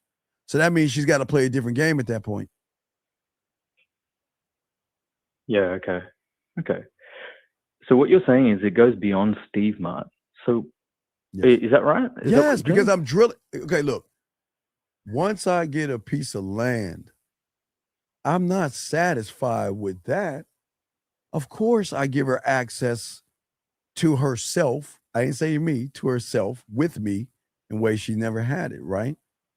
Steve Mart, if she feels sad, she has access to me. If she's feeling that she's lonely, she's got the cologne that she can spray on the pillow, Right. access to me, right? When she's Right. taking a shower and she's missing me, she's got access even in the shower. I mean, I'm just, you see what I'm saying? So I'm not even talking about that. I can leave it at that, but I want to y'all, I want to tap so deep in her that I become an addiction. I told you I told you fentanyl shit. I want to be an addiction. I want to haunt the walls in her mind. I want, okay, no disrespect. You should know what I'm talking about. When you really into a woman and you're trying to get her off of your mind, you can't, I mean, it's just like Spider-Man. I don't want to give it away, but Peter Parker did the same thing in Spider-Man. I watched it this morning. Went to the movies. Mary Jane was all in his mother, haunting his thoughts. If y'all see Spider-Man, y'all will see what land ownership is about. He was just flipped. Mary Jane was just living her life, doing what Mary Jane does. Peter Parker, on the other hand, man, he was watching everything she's doing, trying to get her out his mind every time. Okay, he had a thought about her, but he tried to get the thought out of him. He was either going to hold on to the thought or try to get rid of the thought, but whatever it was, she was haunting his mind, and he can't get her out. He couldn't get her out. That's how deep she was. You see what I'm saying? Right. You got to watch Spider-Man to see what I'm talking about. No matter what he did, what he said. I worked on my Spider-Man suit. I was rescuing people. I was doing this and this. But then in the silence, there was Mary Jane. See, when I was being Spider-Man, I could be Spider-Man because I liked that because it allowed me to be Spider-Man. But as soon as I got done being Spider-Man, there was the silence. And in the silence is where Mary Jane got him. She was all in his mind. It was like a wind in the words and feelings and thoughts. And he couldn't handle that shit. And then what he did was the worst thing. He tried to taper it down. You remember I told you when you that guy, a woman is going to look at your videos and reminisce and all that other stuff, right? Right. Well, he was doing that with Mary Jane. He was just on his phone, laying his thing, just like watching her, trying to soothe. He was trying to soothe something he couldn't soothe because he didn't have any game. See, Mary Jane should have been doing that. Mary Jane should have been on the phone looking at his videos. Mary Jane should have been listening to his voice messages. Mary Jane should have been reminiscing about what it was like when he put his hands on her, the way he looked at her, the way he talked. She wasn't doing that. He was doing that. So that is when a woman is living rent-free in your head. So as you can't look, once she's in. And when she's gone, she's still in. Because they hit you with such an impact that if y'all guys watch Spider-Man, you'll see how Peter Parker was all fucked up.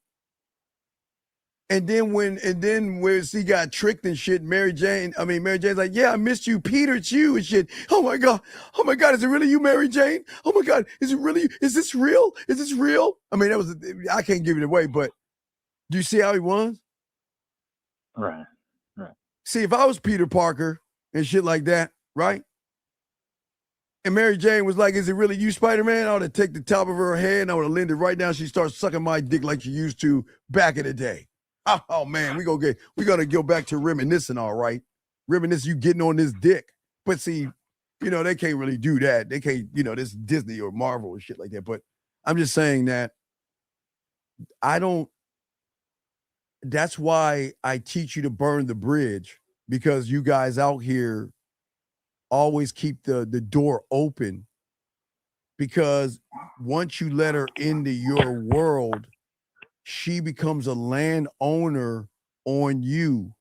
She rents. Now, when I'm watching, it's going to be the craziest thing. She doesn't rent space. You give her space. She doesn't ask for land. You give her land. You give her property. You give her acres of land to say, I just want you in my life. Like Peter Parker. Everything he thought of, every fucking like grabbing a coffee cup was making her think about. I was like, God damn, Peter, what we doing? Yeah, so that's what I'm saying. That's where a lot of guys get caught up, man. I appreciate that. Thanks for your time, Steve. All right, we'll throw you back in, man. Good call, man. Thank you for the call. Let's continue this game, gentlemen. Guys got a question. I thank you, brother. Guys got a question. We got y'all covered. Let's get this game. Let's continue, guys. Soak this up. Got a question, please. Oh, I think I got a few questions right here. Let me answer a few of y'all questions and everything like that, guys. Real quick.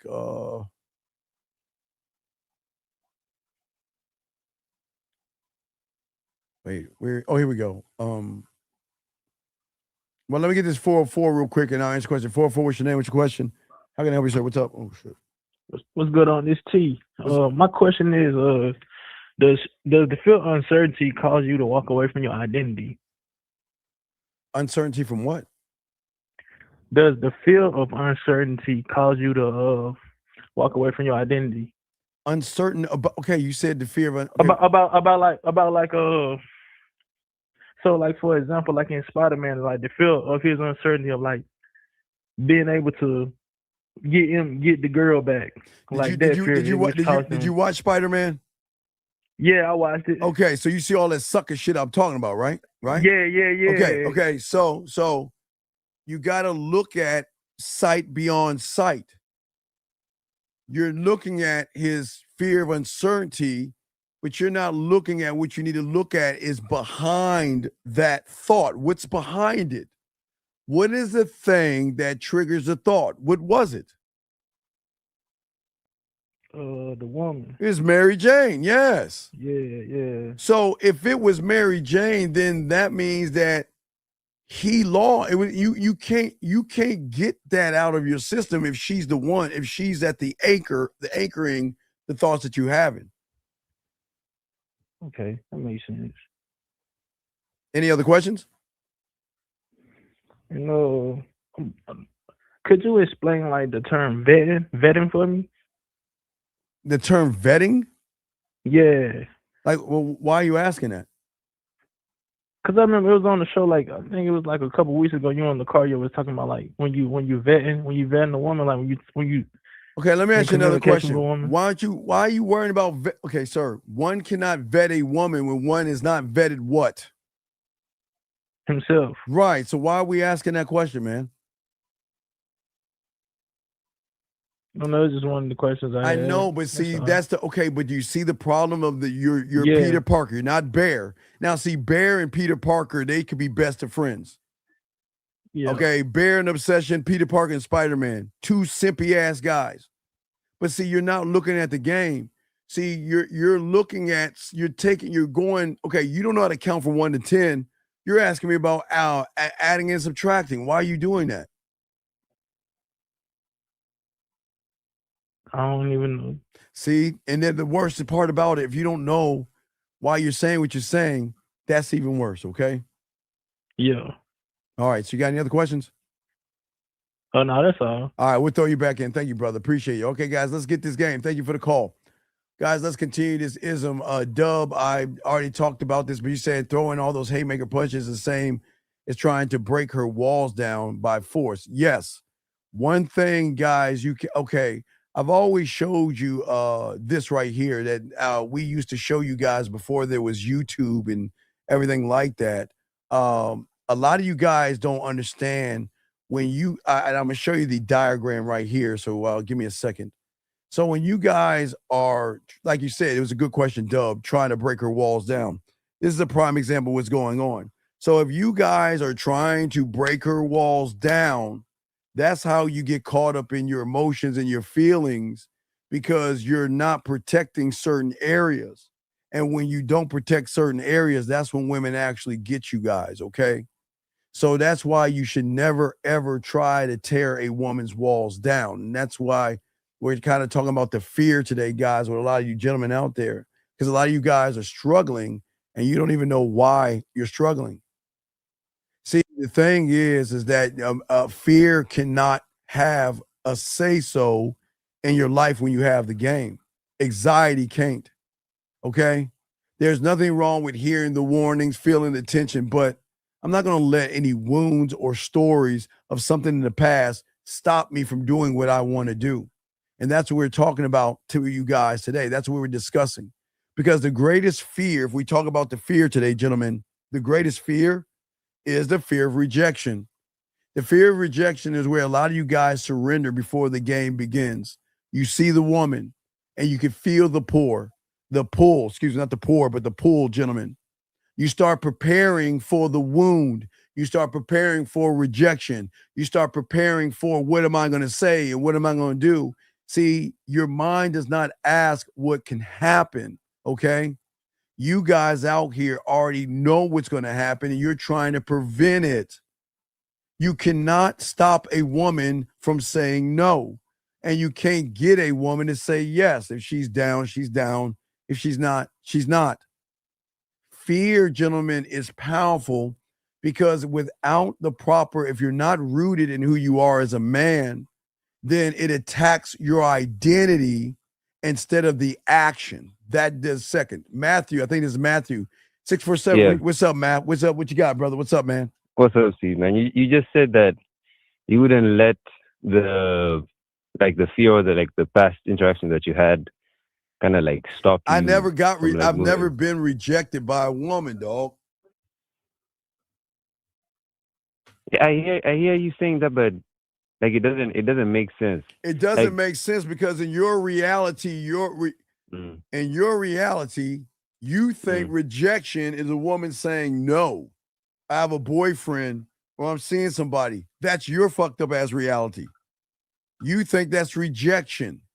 No, it's not rejection because you already rejected yourself. So she's not rejecting you. She's holding up a mirror to what you are to yourself. A woman cannot reject you unless you guys, again, you humans who have assumptions, judgments, and expectations, of course you're going to get rejected because you assume, because you live in this bubble world. So every woman you walk up to, if she says anything other than yes, you call it rejection. But it's supposed to be like that in your reality. But in my reality, it's not rejection because I don't give a fuck what she says. She can say yes and she can say no. That does not define me. What she says is none of my business. I don't care. So, see, you guys think, okay, a woman says no, Steve, she rejected you. Right. Well, wait a second. Let's game this out. Does she have a right to say no? Does she have a right to have a boyfriend? Does she have a right to have a bad attitude, doesn't want to talk to anybody? I mean, does she have these rights? Yes or no? Yes, yes. So we don't know why she said no. But if she said no, who gives a fuck? What? How am I rejected when I'm not assuming, judging, or expecting her to like me, want me, or sleep with me? How am I gonna get rejected? I mean, okay, I can tell you a situation. Okay, not a situation, but like a thought that I had over the weekend and stuff. And I was like downtown and I was doing the 1, 2, 3, and every single woman who I ran into was either no, I have a boyfriend, and it kind of Sir, is that okay? Wait. Is that not the truth? Is that Yeah. well, that might not be her truth. Okay. So how? So, yeah. Wait. Is she allowed to have a boyfriend when you walk up to her? Yes. Okay. So if she's allowed to have a boyfriend when you walk up to her, isn't it her right to pass that information on to stop you from bothering her because she doesn't want to be bothered? So how is she rejecting you if she's just telling you what's happening? I mean, what I was thinking is, all of you have boyfriends, all of you, me, that's exactly what okay, listen. I would ask you, sometimes, we're in a time, I told you, where women have been hit, beaten up, punched, talked down to, called whores, sluts, and everything under the sun because they said no. So sometimes she's like, you know what? I want him to leave me alone. And he looks like the kind of guy that might follow me around, digging my trash can. Now I might need a restraining order. So let me just say I have a man to shoo him off, even if I don't have one. Right. She's just not interested in you. That's it. That's it. Okay. I mean, like me wondering about, like me having that thought was like the problem, and me like kind of letting it like get to me was like kind of what you were talking about, and I was just like confused and I wanted to ask, but Well, what I'm saying is, yeah. okay, watch this. I go up to a woman. She says she has a boyfriend. I leave her the fuck alone. I go to a club. I go to a woman. She has a boyfriend. I leave her alone and talk to another woman. Then the woman that has a boyfriend comes up to me and says, oh, this is why I told you I had a boyfriend, because you're talking to all the women. And what do you think I'm going to say to her? I don't know. Yeah. What I'm going to say is that if I got your number or not, I'm going to still talk to other women. Are you not going to get drinks offered to you with or without me? Yes or no? Chin check. Or are you not going to have other guys try to talk to you after I'm done? Chin check. See, you guys will want to argue and try to, well, I would really want to try. No. Look, just because she said yes is not going to stop me from talking. Okay, if the redhead says yes, this is not going to stop me from talking to the curly haired chick. The curly haired chick says no, that's not going to stop me from talking to the blonde. The blonde says yes, it's not going to stop me from talking to the brunette. She says no, it's not going to stop me from talking to the chick that has short hair. She says no, it's not going to stop me from talking to the one with long hair. I'm going to keep talking to them because I'm not putting my eggs in one basket because a woman said yes, because yes doesn't mean anything until we start to move forward in this, man. And a no doesn't mean anything until we start to move forward. Does that make sense?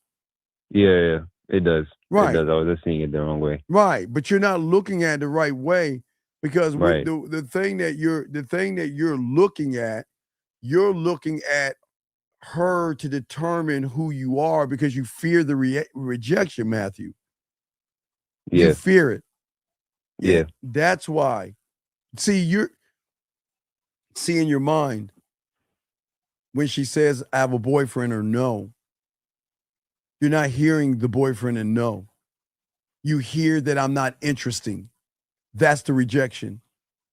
You don't hear I have a boyfriend. You hear there's another man that's better than you. So that fear is going to take the words that she's saying and it's going to translate into something else, man.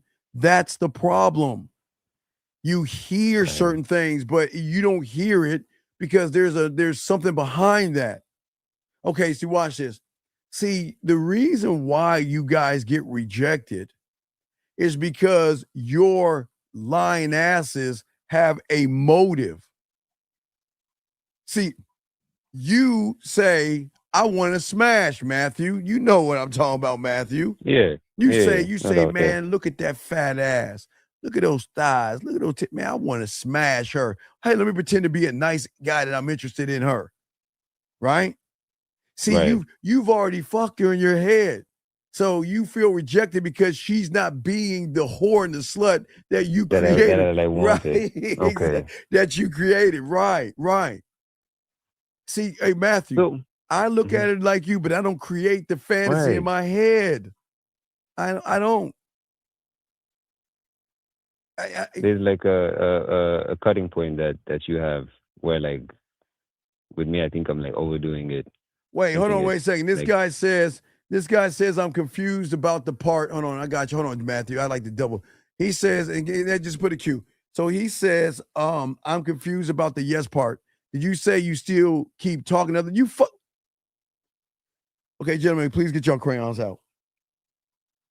A woman saying yes ain't shit until she actually reaches out to you Yes ain't shit to a motherfucking man. Gentlemen, look, it may shock you. Some women take your numbers and don't call you. Okay? Yeah. Some women do what they do, but the problem that the young man is confused about is why. Okay, so wait. I go to the club. One woman says yes to me. What? I'm supposed to 9947. What am I supposed to go home now and wait by the phone like it's 1950 and sit around and wait for her to call me or something? What is that? What am I supposed to do? Man, gentlemen, just because she says yes, gentlemen, going up to a woman has nothing to do with the game. And if a woman says yes, that doesn't mean anything. Just like her saying no doesn't mean anything. But I had to answer this question. I'm listening to you. Go ahead. You got it, big dog. And then like real quick, because I was rewatching Afro Samurai, right? And like I noticed that every time like Ninja would say something, Afro would like kind of look at him. Because he was like, a joke. I'm wondering. Because he was a joke. Because your ninja's always saying shit to you all the time. Right. So like him looking at Ninja, right? Wouldn't that be like what I'm doing, like with fear? But now you're saying it's a joke, but the two don't like relate. No, you're doing it. Okay. All right. What happens is this. Check this out. All right. Every woman you talk to that says no to you because you don't believe in yourself, you can't handle the answer. Because you are too fragile for that reality. So what you do is you stay inside the false imagination that you're in where nothing can touch you. So then that message, becomes an open loop. See, when you feel the fear around a woman, that's why you avoid talking to them because you don't feel good about yourself. I don't want to go through the same. Right. You don't want to go through the same again thing. And again and right. Right. But then you become a collector of the excuses. See, you would then say it was the music. It was her friends were standing too close. She was looking at her phone. She looked too serious. She was stuck up. She's a gold digger. She looks like she cheats on men. She looks like she has a high lay count. You guys will come up with stories to make sure the story of you is perfect. See, in your mind, you want this narrative that she's the problem and I'm not. So the story that your mind is going to do is going to reinforce that she's the problem. It was her friends. It was her dress. It was her attitude. She was a gold digger. She was bitchy. She was this and she was that, right? And and the problem is y'all going to keep saying that because in your mind, you're looking for the perfect sign because you're trying to be perfect to her. That's the problem. You're trying to be perfect to her. So you want the perfect sign back. And if you don't get the perfect sign back, you're going to use that as another excuse. And that's why y'all keep doing the same things because the fear of the rejection is going to make you worship the outcome versus the truth. You believe the walking up to her counts if you get the number, the date, or the approval. If she says no, then you call it a moment of not me, it's her bitch. Fuck F that bitch. She ain't shit. She's a gold digger. I didn't want her anyway. I was just practicing and all the other stuff, right? Yeah, I'll make excuses. Right. So what happens is your mind turns the woman into a scoreboard and you make every conversation so heavy, it's a point system, okay? Because you're not meeting her. You're just trying to win against your own insecurities. So you watch her face closely, okay? You change your voice. You over-explain. You laugh at shit that isn't funny. You try to wear different clothes. See, people don't want to admit this. They wear clothes because they want to impress women. Everything they do, they want the car because of the woman. They want to wear the cologne because they say this is what women like. They want to wear the fancy shoes because they think, okay, somebody told them, yes, Women like a man with nice shoes, but who gives a fuck if you're wearing flip-flops? She doesn't care if she likes you. But y'all are trying to be okay. You're trying to say this is what women want me to be. And every woman is not the same. Okay? So I stopped trying to be and become. A woman can sense a person that is her answer to repair something inside of him. You see what I'm saying? She might not she might not know your history, but she can feel your weight because she's met you before. She has met you before. And look, I know a part of you because you created this woman that you loved, you were attracted to, and you wanted to sleep with. You need her smile so bad because that smile is going to settle an argument that you've been having with yourself. Right. Damn. Yeah. That's true. That's you true. need her number to prove to yourself that I actually went to the gym and worked out and I'm actually good looking. I need her to take my number. Do you see what I'm saying? Right? Yeah. He wants her to be interested in him because he doesn't want to feel ignored. Does that make sense? Yeah. Right. Right. And what I'm saying at the end of the day is that is too much responsibility that you're placing on a woman. I don't make a woman carry my unfinished identity. I don't do that. Rejection is terrifying, Matthew, because when you don't have anything to return to, because you never learned how to build that kingdom to go back to, how to go back to the throne and go back to the crown. Your days are empty, and one woman that smiles becomes the event. If you have no locked in on who you are, her attention becomes your mission. If you don't respect, like, or love yourself, her approval is going to heal the wound that you have. Okay? Right, because she's filling in the the gap. Right, the way I'm seeing it, right. it's like, okay, finally this has happened. Now we can do this and this and this, which I think is like right, a bad because thing she's my enemy. And this is why a man builds before begging. I don't want you to strengthen your body. This is why I don't want you guys in the gym. Because deep down, you know you can do all the push-ups, sit-ups, and everything with a bunch of barbells in the comfort of your home. Deep down, some of you go for women.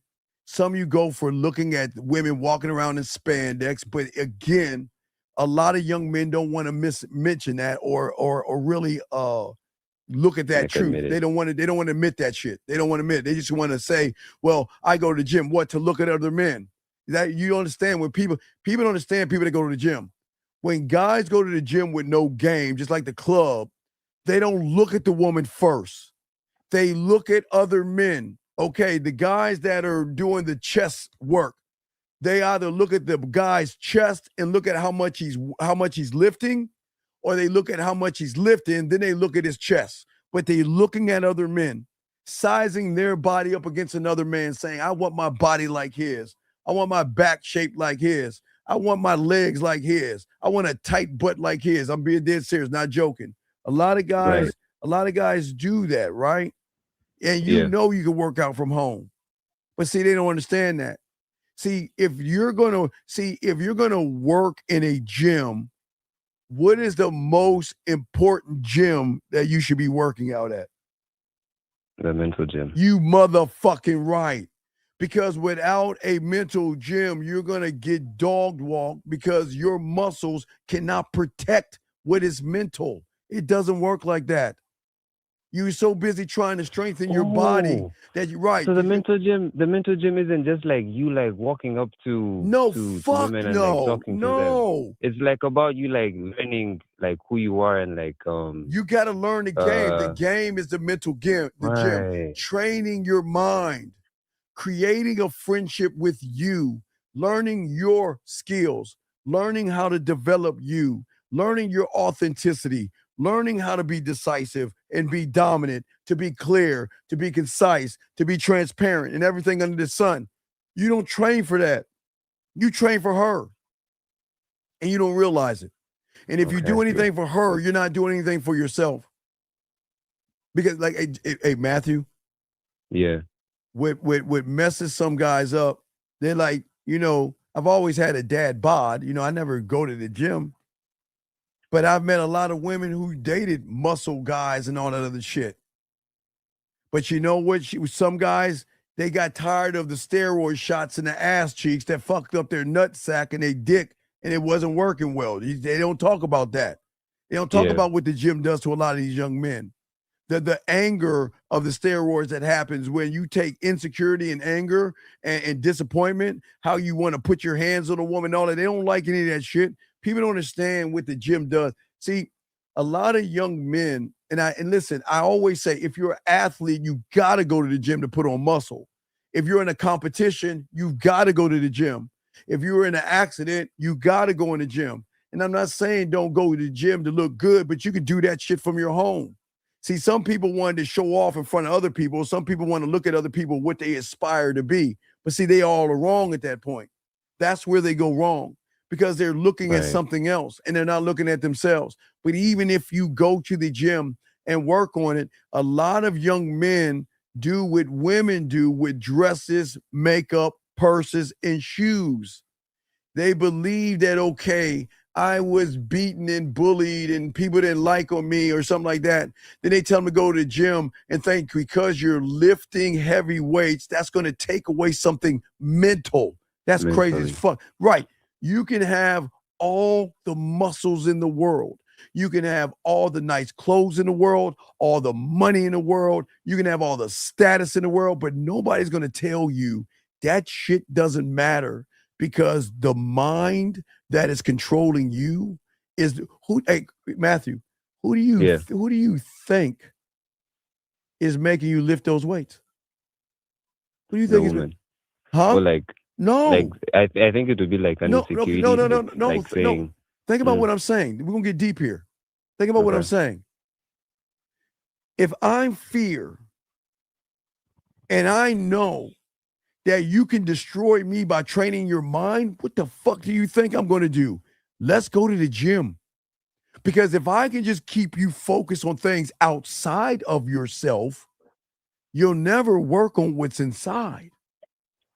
I'll tell you to get up and do the burpees and drink the protein shakes and eat the baked chicken and do 5 sets here and 20 sets there and do all this other stuff. And I'll tell you to watch the YouTubes where everybody's sweating and doing the exercises and the motivation and all the other shit. But at the end of the day, you're still my bitch, and you will always be my bitch. It would just be a bitch with more muscles. And now I'm not calling them. They don't understand that shit. Because they think that they're working on the body. They're not working on the mind. They're not working on the mind. That would be like me keeping myself in like a place of comfort, not like getting the coaching or learning. And I don't like talk much about it. Do you know what a bulimic? You ever heard someone being a bulimic person? That's like a person who like thinks they're fat, but they're actually like skinny, like real skinny. Okay, so guys have that same shit reverse. What do you mean? Like how many layers of muscle is going to be enough? Because once I get a little bit of muscle and a little bit of my body showing, is that I need more. I need more, and I need more and more. And then when I feel like I can't get any more, then some will try to cheat it by that shot in the ass cheek. Right, the steroids. You're right. And there used to be a guy, you used to remember the guy that would put lard and fat in his arms and shit?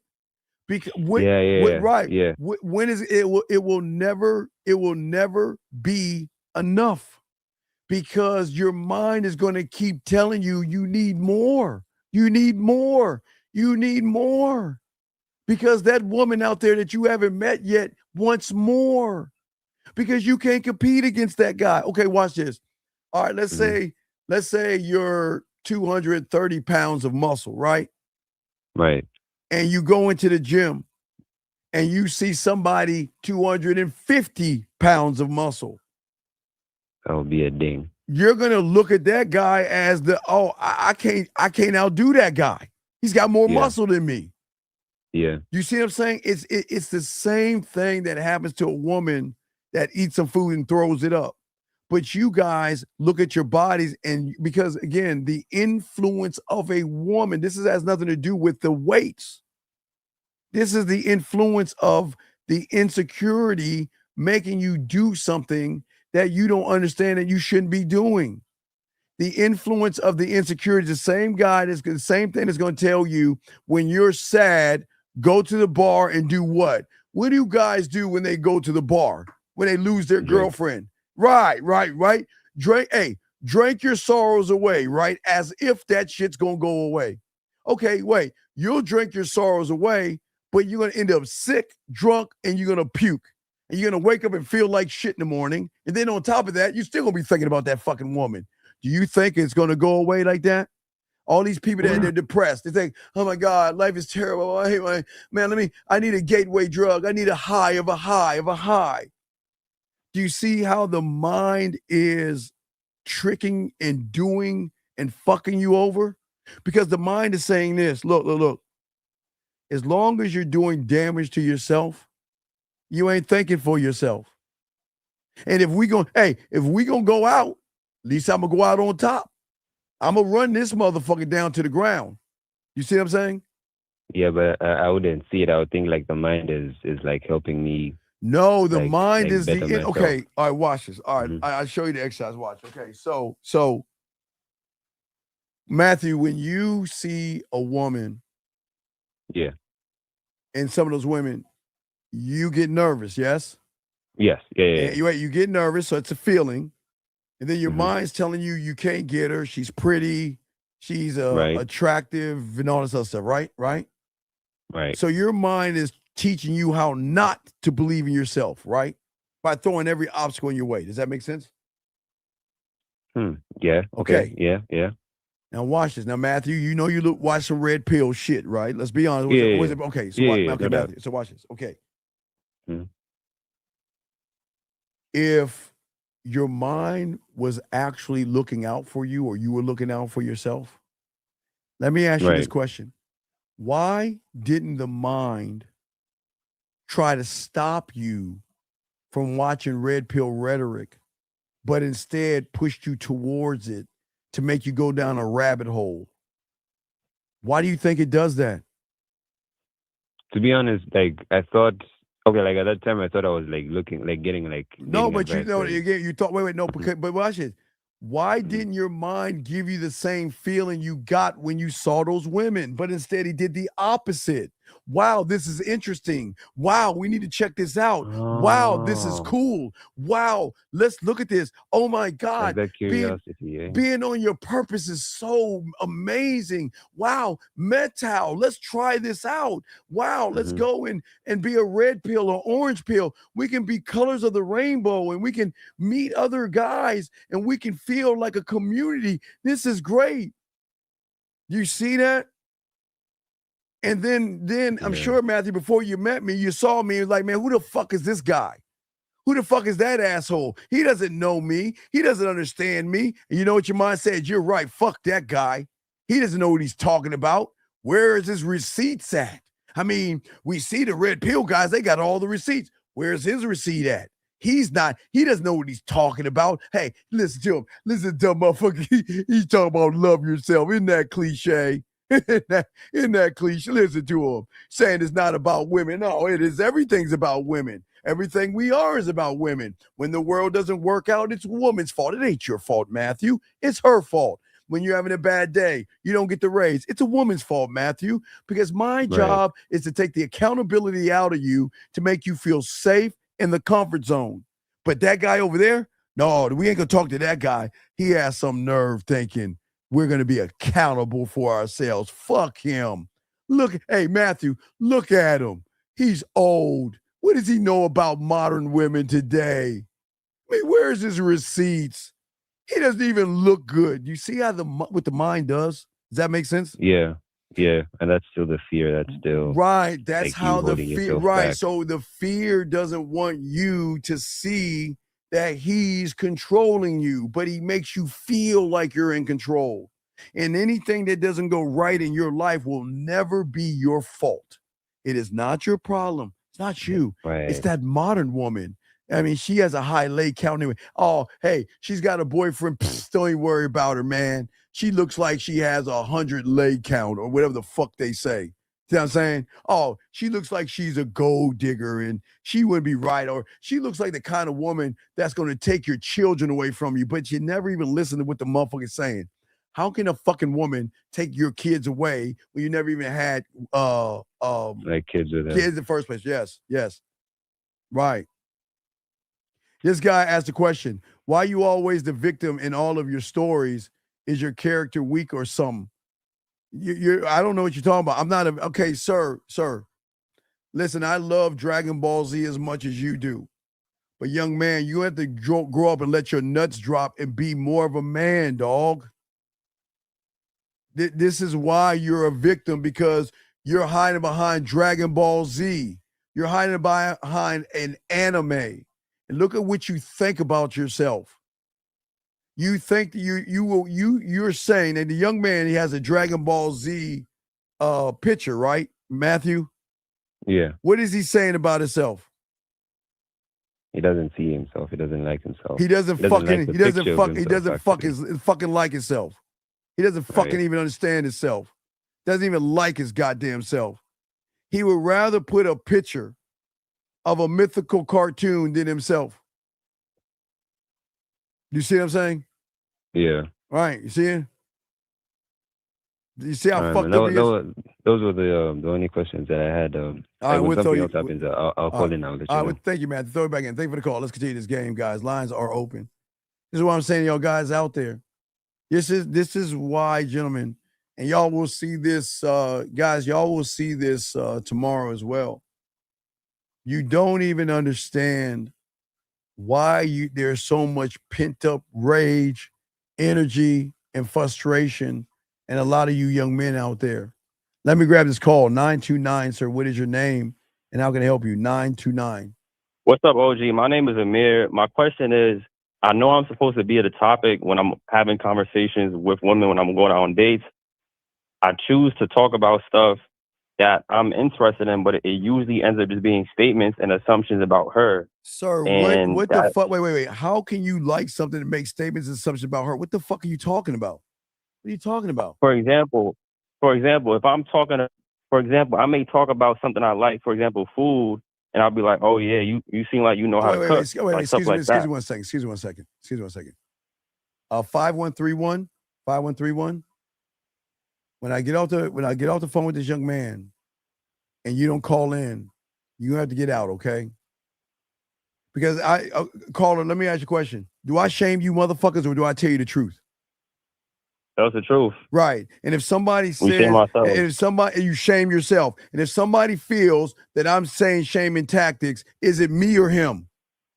That's him. Is it me telling a grown man that he should show his photo like a grown man and not a cartoon? Am I shaming him or am I trying to educate him? Trying to educate him. But yet this bitch ass motherfucker's listening to me because you ain't got the game I got. So young man, you've got until I get off the phone with him and you don't fucking call, you might as well get the fuck out because I'm going to get you out. Because I'm going to tell you why. I'm not here to explain myself to your bitch ass.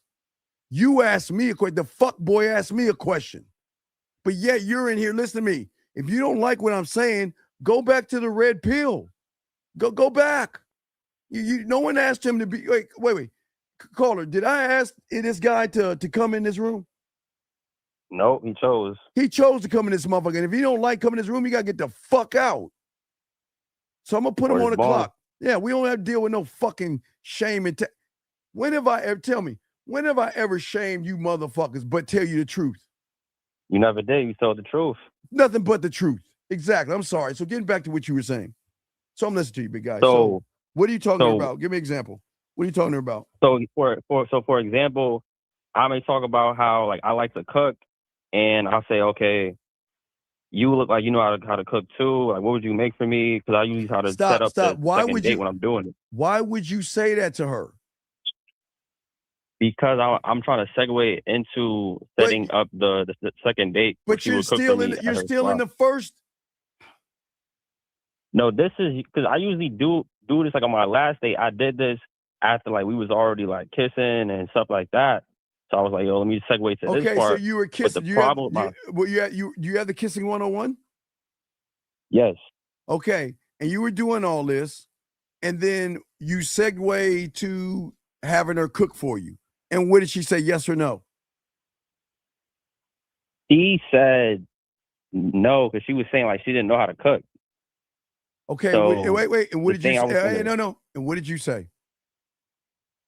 So I said, I'm gonna cook, and then you could just help me cook. Like I would just teach her how to cook along with me. Like, and of course, like ingredients, stuff like that. But What is the rule of Jill Scott? If you could tell me what to do, but if you can't tell me what to do, then don't tell me what to do. I say it like this: if you can tell me what to do, then you can tell me what to do. But if you can't tell me what to do, you can't tell me what to do. So she says she can't cook. Where did you fuck up at? Right. I fucked up probably from the very start. No, where you fucked up? Where you fucked up is that okay? I'll give you an example. I've dealt with women before who can't cook. Okay. Yeah. And I tell them, you know what? We have the second date at your place, and you cook for me. And she'll tell me she can't cook. And that's where we're gonna still cook, but this is how the date's gonna go. We're gonna go to the grocery store. We're gonna get items together, so I can show you what I like, how to cook for me. And when we get those items together, I'm gonna show you how to cut what it is I want you to cut for me. And I will guide you and educate you on how to cook for me. You didn't do that shit. Yeah, I didn't do that. Wait, what? That's the point. So why do you think you fucked up, man? Because I didn't explain the process of what it would be like But to cook that's for telling me. her what to do. That we're gonna listen. Listen. If you don't know how to cook, it's cool. If you don't know how to cook, I'm not the best cook in the world. I know how to cook at certain things, but we can make this a date, starting at the store, getting the groceries together, going back to your place and cooking together, so I can show you how to make a meal. Got you. But you didn't do that though. Yeah, I didn't do that. Right. So I didn't have that. Yeah. What's that now? Yeah, I didn't have like a process. But this is why you got to learn the game, because you were just shooting shit and throwing stuff at the wall, hoping something sticks. Correct. You're saying it doesn't work, but it can't work because you're not leading her anywhere. Yeah. Also, OG, I've been doing poetry, and I've run into like certain. I don't know if my poetry is good. So can we do do you have like something we can do like poetry reviews, or is there something else I should do? Because I've been listening to your poetry as well, trying to make my own. But what is it for? What me review your poetry for? What? To make sure like it has like the correct content, because the poetry is supposed to help me work on I'm like telling the way you I why thought. your poetry doesn't work, because you wasn't poetic when she told you I didn't know how to cook, man. The poetry is not in writing the damn poetry. The poetry is what you talk to her to make her feel safe, secure, and understood that you get her. You're not tearing her down, and I'm going to lead you with my smooth-ass words. That's the poetry. You can say thee, thy, thou, thy, thee, thy, they. It doesn't matter. It doesn't matter, because it shows you don't have any poetry, because you wasn't poetic when that woman said, I don't know how to cook. That's where the poetry is at. Poetry is how you talk to her when she's sick, when she misses you, when she thinks about you, when she needs you. Did you see Spider-Man? No, I didn't. Okay. I'm not gonna give it away. So when Spider-Man saw Mary Jane and all that shit, all that other stuff, you wanna know his poetry? Well, I've been thinking about you, Mary Jane, and I really miss you. And you've been on my mind, and it's just so hard to let you go. And she's like, well, why didn't you talk? Like I read your note. Why didn't you tell me? Well, Mary Jane, I just wanted to, I just didn't know. You see what I'm saying? You see what the problem is? Yeah. Peter Parker, if Peter Parker was Peter Park or Peter Pecker, I guess not Peter Parker, but Peter Pecker. If he was Peter Pecker, you know what he said to her? Hey, Mary Jane, let me talk to you. Hey, Mary Jane, come here. Let me talk to you for a second. Hey, Mary Jane, check it out. Mary Jane, look, I'm going to be straight up honest with you. Look, we used to fuck. I used to eat that pussy in every kind of way imaginable. I know you don't remember that, Mary Jane, but hey, man, there was something that happened with the world, and I had to make a decision. And I knew by making that decision, I would never see you again. But you know what, Mary Jane? I knew you before, and you might not know me now. But please understand, Mary Jane, you used to love the way I used to talk to you when I pulled your hair and smacked your ass. But you know what, Mary Jane? I'm not going to write no note. I am the fucking note. I'm not putting, you know what fucking Peter Parker did, big dog? He had a letter from Mary Jane that he put in a fucking coffee cup. A fucking no, that's some fucking high school shit. No, excuse me, junior high shit. You don't put no letter in a cup. You are the cup. He should have walked over to Mary Jane. Hey, Mary Jane, listen to me. Look, I know you don't know me, but I know you. I know every crevice. I know every little, hey, Mary Jane, I even know that little pimple and that bump you have on your ass cheek. I know your body, Mary Jane. You know what I mean? And let me tell you something, Mary Jane. Look, let me tell you. Hey, Scary Perry, I ain't like that part because the Punisher ain't supposed to cry like that and shit. You see, they feminize these movies, dog. The Punisher ain't supposed to be a crying little pussy. Sitting there by his bed, talking about we're best friends and shit. Fuck it. Anyway, I'm not going to get in that shit. Anyway, back to you. I'm saying is Peter shouldn't have had a letter that he wrote for Mary Jane. He should have walked up to Mary Jane and said to her, look, check it out. This is what is. This is what is. I had to make a decision, and because of that decision, you had to forget about me, and that's the truth. And I ain't gonna lie, you have been on my mind. You see what I'm saying? Yeah, I see what you're saying. Yeah. Okay, you see what I'm saying? No, Yeah, I see what hold on, you're saying. wait. No, wait a Okay. second. Wait, stop right here. How is Spider-Man? See, the problem with you, Red Pill guy, whatever your name is, did I say Spider-Man touch her without her permission? Did I say Spider-Man take something that didn't belong to him? So why don't you tell me before I kick you out? Not you, caller. You've got 30 seconds to explain what is the case Spider-Man's gonna catch. See, that's what's wrong with y'all sissy ass motherfuckers. Y'all, what? Okay, wait. So you want to write a note to Mary Jane, you little soft motherfuckers? Write her a little note, you pussies. Hi, dear Mary Jane. Usually I say dear diary, but Mary Jane, I look at you all the time. I have your panties. I fucking follow you. I really like you. I miss you. I stalk you every time, Mary Jane. What I do is I lay on my couch and I watch you like a stalker every day, every video, every live, every time. I watch you. I follow you. I look at you. I see you doing all these things that I want to do. And then when I went over your place the other day, Mary Jane, I lied to you and pretended to be somebody else because that's how sick, weak pussies act. See, that's what I'm saying. And this guy talking about you gonna catch a case. You see what I'm saying? Yeah. Dog, we're Yep, not talking about Spider-Man. We're talking about Peter Parker, fool. We're talking about Peter Parker. Do y'all not see that he was a weird stalker? Y'all? How the fuck? No, I'm dead. No, I'm dead serious.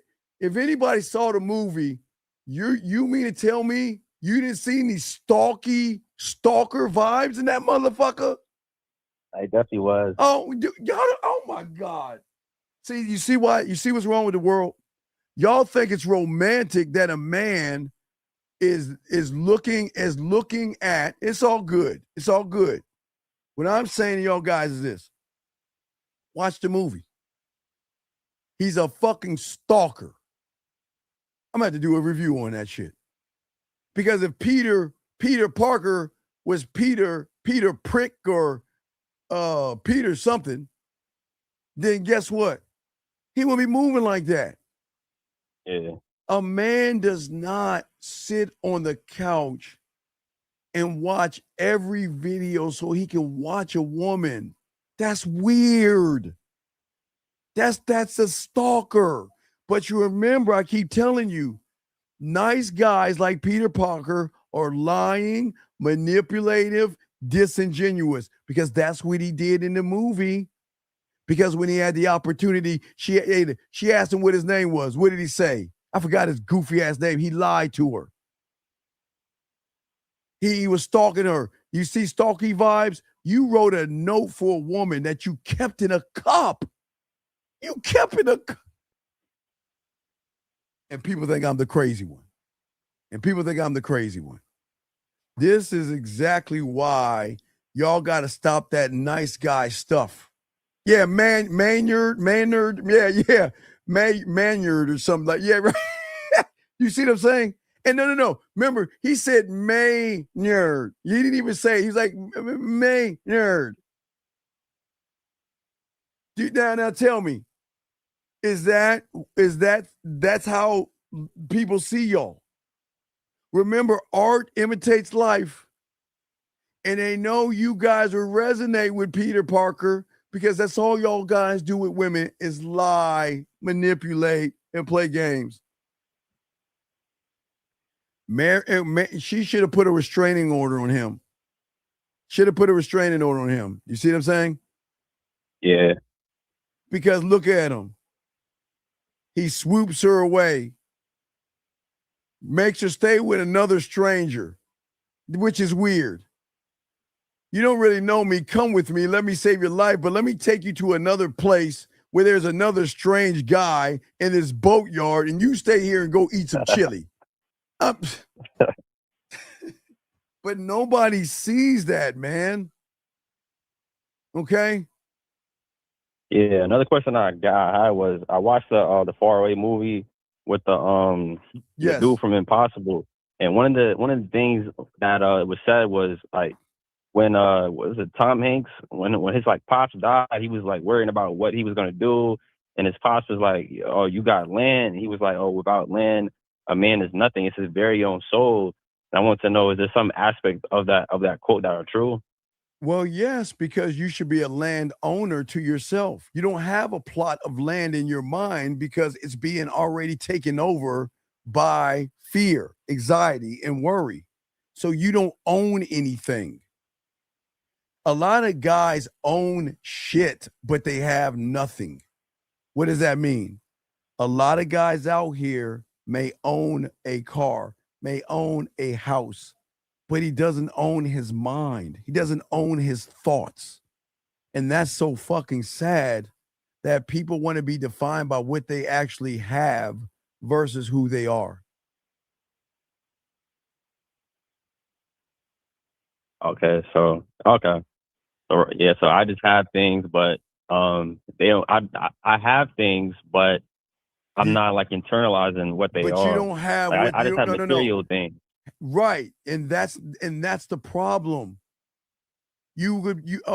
People see. Okay, some people will look at bums and think they don't have anything, but bums have more than what you guys have.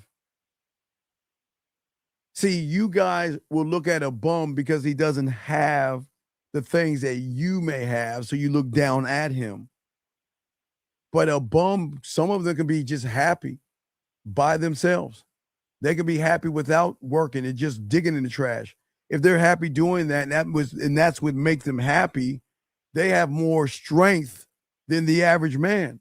Because if he chooses to be a bum and he's happy being a bum, who are we to call him a bum? When we look at material, we look at material things and try to define people through our lens of what we think a person should be. But if you look at a person who doesn't have anything, I always give this bum 20 bucks, and he has a little dog with him, and he's happy as fuck. He doesn't have any, he sleeps on the side, he finds places to sleep. If I ever catch him, I give him some money. He has a dog, he's good, and he's happy where he's at. He's happy. But he has more value than the average guy who has shit, because at least he has himself and he knows why he's doing it. Now, there are people that have circumstances like that chick or whatever that chick's name, that hoary chick that's like on the street, not her. You know what I'm saying? Not everybody is a bum because they lose their job. Some people are bummed by choice. You remember that show about that? I forgot that guy. I forgot his name. There used to be a show about a kid that graduated school and he got in his van and he drove out in the middle of nowhere. I mean, he died and everything, but he just wanted to live. Not everybody wants fancy things. Not everybody wants fancy clothes. It's just society has indoctrinated a lot of y'all to think worth and value is stitched clothes. That's not worth and value. That's a person that doesn't value himself. But it's that same person that will look at someone who doesn't have anything and look down at that person. But what they're looking down at is a person who has himself. When you have yourself, you don't need materialistic things or material items to be worthy and stuff. You see what I'm saying? Yeah, I see what you're saying. I'm gonna have to do a review on Spider-Man and call him Creepy Man. That's what I'm gonna do. I'm gonna do a review on Creepy Man. Cause y'all think it's that show, Punisher crying, him simping, stalking, lying, manipulating, abducting. I mean, he's doing everything in the book, and everybody thinks he's a hero. Lying ass, goofy, nice guy. Jesus Christ. Yeah, not even Bear Man. Because Bear didn't lie. I guess Bear was, but yeah. Yeah, we need to take, I'm gonna take Bear's head and I'm gonna put it on Spider-Man, and I'm gonna say, yeah, we're gonna call that Stalky Bear Man. I'm gonna do a review on Spider-Man, man. That was a terrible movie. Man, I think about it, man. They just they're pushing the agenda of stalking and being nice and lying and beating around the bush and playing games. People don't even understand how people get indoctrinated. They think, this is why I keep telling y'all guys, it's the villains that are the winners. It's not the good guys. The good guys are the weird guys. Fucking the motherfucker on his couch every damn day staring at a woman that he could easily just go and swing his little cupcake ass a few blocks and knock on her door. The only reason why he knocked on her door because she was threatened by another woman. But I'm gonna break that down. But anyway, anything you got, call, I continue show. Yeah. So that's because like he couldn't figure out how to make the right statements that come from a place of like authenticity. No, because he was a weak sucker. He's the average nice guy. That's why people liked him and resonated with him. Because he does everything that the average guy is going to do. Lie to women, stalk them, beat around the bush, and do whatever they can to hope one day they get a chance with a woman. And then get all sappy. Oh my God. The moment another guy kissed Mary Jane, motherfucker was just all motherfucker was just swinging there all slow motion in the rain.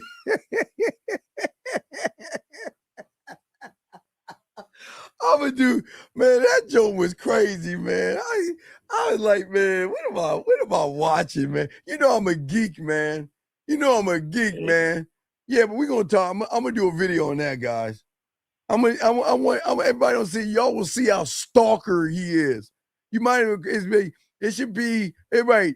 Bear Man Obsession Part 2. That's what we're gonna call it.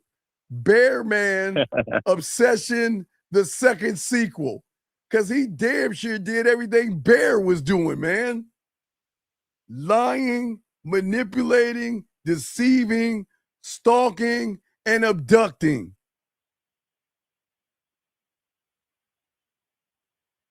Yeah. Dog, man, he was hey, dog, when he saw that, man, I went to go pee, man. He went, man, the motherfucker, man, he was so, he was, and look, it was just a kiss. He just kissed her, and the motherfucker just, I'm gonna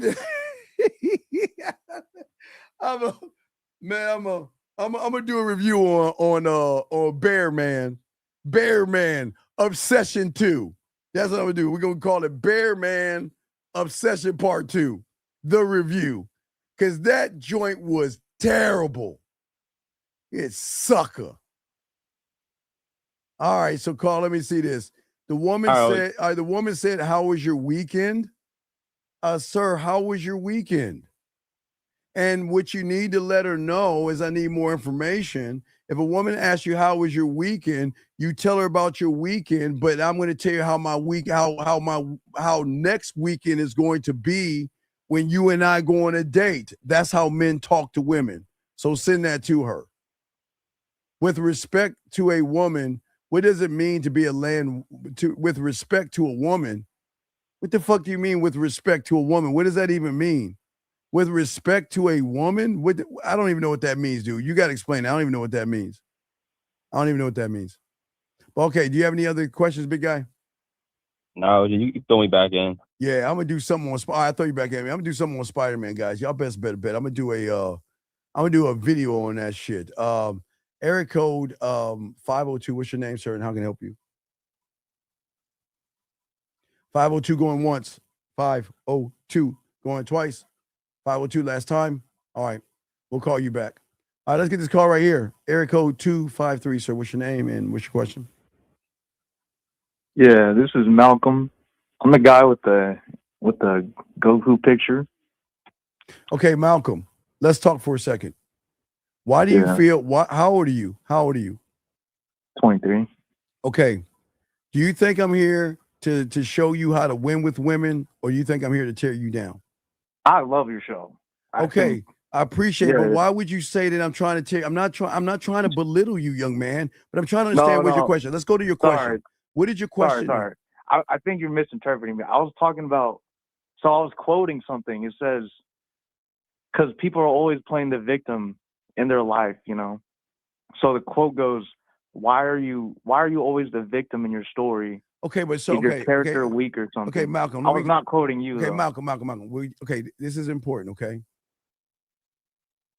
When you are speaking, you have to make sure that what you say, everybody can articulate it. Because if you're saying something, people can't read your mind, okay? And it was better for you to just to call in and say what you're saying right now than try to explain yourself. That's how men do, okay? And you did a good job, okay? So, but what I'm saying to you, young man, is that I get it. You like Dragon. I like Marvel and DC, man. I'm a big ass kid, dude. I'm telling you, I like zombies and vampires. I'm a big ass kid. But what I'm trying to get you to do is I want you to represent yourself better at 23, because a new batch of women that's going to come in are going to find a immaturity in you.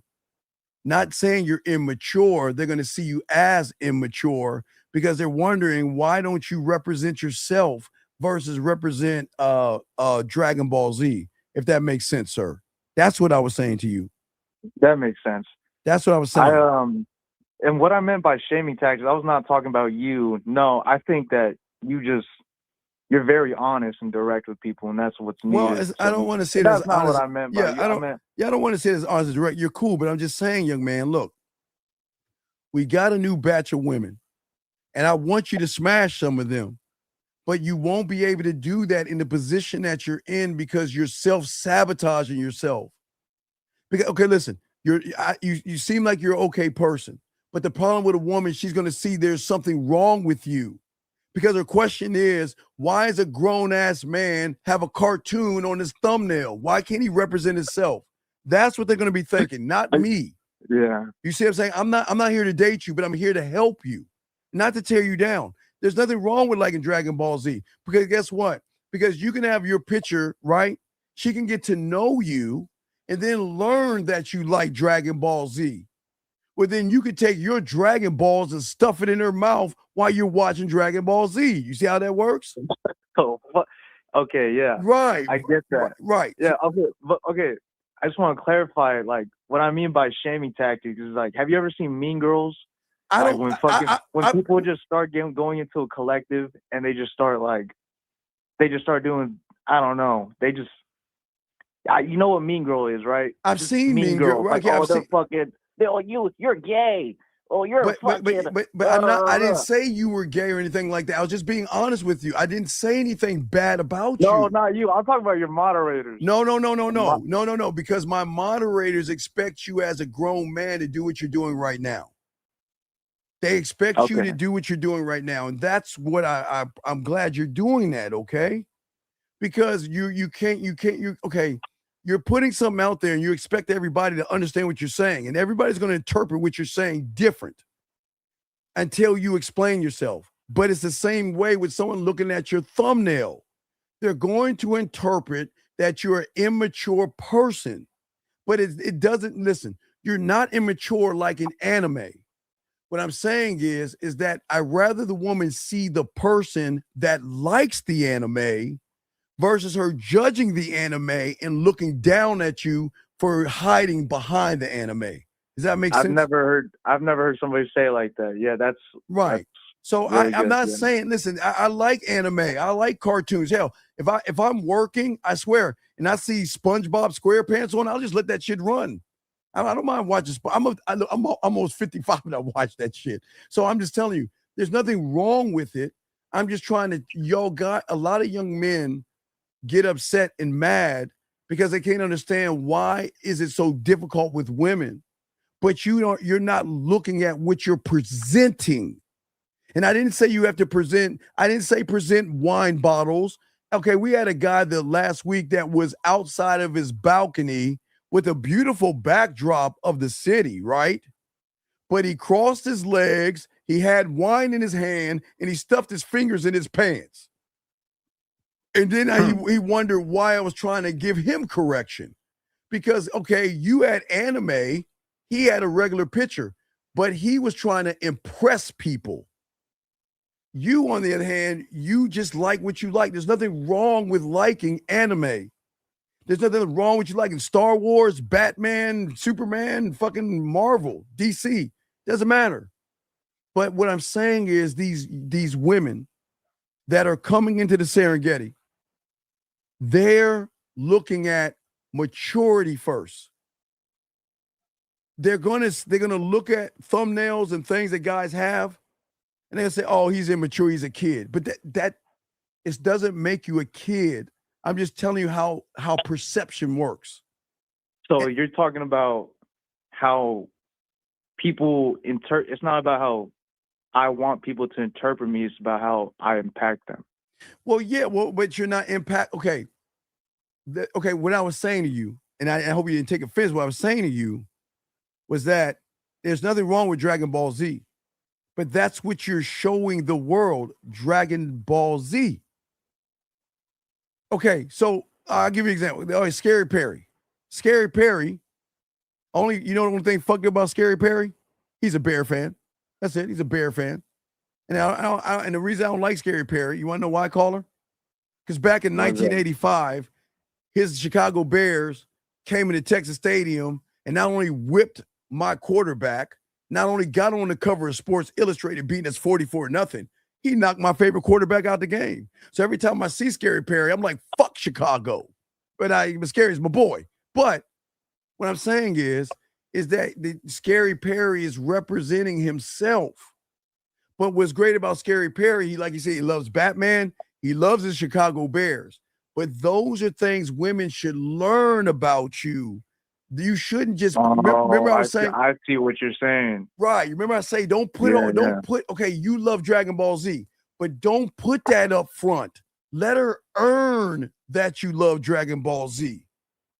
Don't give her what you like or what you watch. Let her earn that information. That's what I was saying. Does that make sense? That makes sense. Okay. I appreciate you. We'll throw you back in, man. You can stay in the room whenever. You're cool, okay? You're still in the room? I'm still in the room. Okay, well, just chill. We got you, dog. You're good to go. Do what you want to do, but I'm just look. If you don't want to do it, that's fine. But I'm trying to teach other young men that what's important, because a lot of young men feel like, you know what, I'm having a hard time with women. And a lot of guys think, okay, well, I'm represented by what I like, but you should never show what you like to a woman first. She's got to earn that part of you. Don't just give it for fucking free, okay? Roger that. Okay, so you're good to go. And I appreciate the call, brother. Call anytime, okay, my brother? Oh, yeah, one more thing. Yes. I saw some that Agent Kim. Yo, that shit is fire. Oh, whoa, man, dog. The only thing I hate about that thing, how he just talks about his daughter. Amazing. That's just like Miss Amazing. Shut the fuck up and just keep shooting motherfuckers. Oh, no. Hey, dog, I got a good one for you. Ready real quick? Hold on real quick. Let me let y'all. Hold on. The guys got one for you. Oh, boy. This is old one. I watched this. Hold on. I got one for you. I got one. Now you know I'm apocalyptic. You know I like apocalyptic stuff. There is one called Earth Abides. That was like 8 hours that I binged. I love those apocalyptic ones where like last man on Earth, no one survives. That's a good one. But no. I got one for you, dog. I'm gonna tell you what the motherfucker is. It's called where the fuck is it at? Hold on, I got one for you, dog. I want you to write this down. All right, since you watch, did you watch Teach Me a Lesson? I'm watching it right now. Man, it's I love, hey, dog. You fucking go crazy. Love that. Dude, I watch that. And when I have nothing to do and I'm working and I want to have the thing and run in the background, I will watch Teach Me a Lesson over and over and over because I like them motherfuckers. They fuck them kids up. man, and that's why I say to myself, if America created an ERBB and did what they did in that movie, we wouldn't have any problems with children today. That's why I love it so much. But hold on, I got one for you. Let me find it for you. It's called, hold on, guys. Let me show you. S-H-O. What the fuck is that movie? God damn it. Hold on. Gee. Hold on. Come on, dude. What the fuck is the name of the movie? I just watched it. God damn it, Steven. Fuck.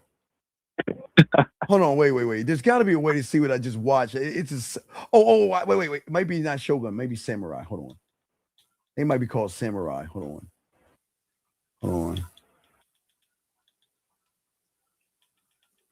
let me see if it's Samurai. Hold on, I got y'all guys. Give me a second. Is it Samurai? Come on, man. Steve, come on, man. You know I love those samurai movies, but motherfucker, this one was awesome. Yo, fuck. Wait. Let me go. Wait. Fuck. Guys, I'm trying to find this shit on my fucking computer. My stuff, store. Let me go to my stuff. Let me see if I got it. Wait, let me see last. All right, Dracula. No. Napoleon. Guys, I'm gonna give y'all one, man. It's a great show. It's a great one. I like it because, hey, dog, because you said you watched the show. You know I'm gonna hook you up, dog. You know I got you hooked up. It's because you listen to You know I got you, dog. I'm trying to tap in. Yeah. Well, you tapping in, dog. You tapping in. That's why I got you, dog. I got you. No Diddy. Hold on a second. On now, drama, premium subscription. The fucker. I got to tell you this movie. Oh man, I'm so sorry. I feel fucking bad because I watched the motherfucker and I didn't save it.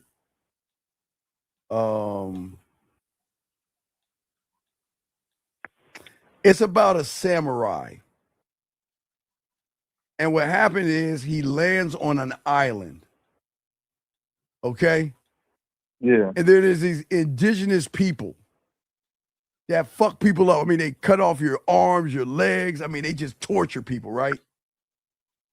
And this samurai fucking gets hold of a sword and wipes them all the fuck out. It's like fucking, it's awesome, man. It's like I think it's called Samurai. I gotta look for it. I know. Did I watch it on? I thought I watched it on Amazon Prime. But anyway, I can't find it, guys. I'm sorry, but yeah, please watch. Teach Me a Lesson, man. Is it called Lone Samurai? Wait, let me see. Hold on. Is it called Lone Samurai? Hold on. Lone. Lone. Wait. Hold on, guys. Be patient. I'm about to take it back. Hold on. Damn it. Yeah, but I love Teach Me a Lesson, man. Yes. Lone Samurai. Write it down, guys. All right, then. Lone fuck with it. Lone Samurai. Lone Samurai. Yes, Scary Perry. Thank you, Scary Perry. Yes. I watched that. I was like, holy shit. And I got to get the line that he said. He talked before he wiped everybody out. He closed his eyes and he made this speech to himself that was really kick-ass before he wiped everybody out. But yeah, Lone Samurai. But yeah, I love Teach Me a Lesson. I really watched that. I really, really, really, really like that one. You know, I love those Korean movies. So, but you watched the one with the killers guy, the one you're watching right now, the Minji, right? What's his name? Minji. Minji. Did you finish that? Are you talking about Agent Kim? Yeah, Agent Kim. Did you finish it? I finished. Well, I'm on the last episode. Okay, cool. Yeah, watch Agent Kim. That's pretty good, dog. Agent Kim is fucking kick ass. So yeah, Agent Kim and the fucking Teach Me a Lesson. I love those shows. You know, any kind of Korean stuff I watch, I'll give it to you. Okay, man. Yes, sir. All right, I appreciate you. And I'll throw you back in, brother. Okay. All right, then. All right, thank you. Guys, we're going to do a few more minutes. Let me grab this call real quick. 267, what's your name, sir? How can I help you? 267. What's your name? What's up? Hey, Steve. This is Cosette. Before I ask my question, is my phone messed up? Yeah, Cosette, you got to go into the living room. Remember, we talked about this. Damn, I'm in the living room. Shit. Okay, maybe you got to take off one sock. I forgot your iPhone. You got an iPhone from a Cricket service, right? Yep. Okay, so maybe you have to take off one tennis shoe and one sock. Shit. All right, I'm gonna ask a question and I'm gonna mute myself. So, real quick, the question kind of relates to what you were talking about with the second to last caller about. You said most guys they have things but they don't own anything, and you were talking about like bums, right? And you were saying like the bums are actually better in this sense than like the people that actually own shit. Yes. Would you say like they're better than the people that own shit because they're like mentally free? No. I'm not saying. Listen, I don't want to say anybody is better. I don't want to say anybody's better. I'm just saying a bum doesn't look at materialistic things to define him. A lot of people think wealth and having nice shit defines them when they're broken on the inside.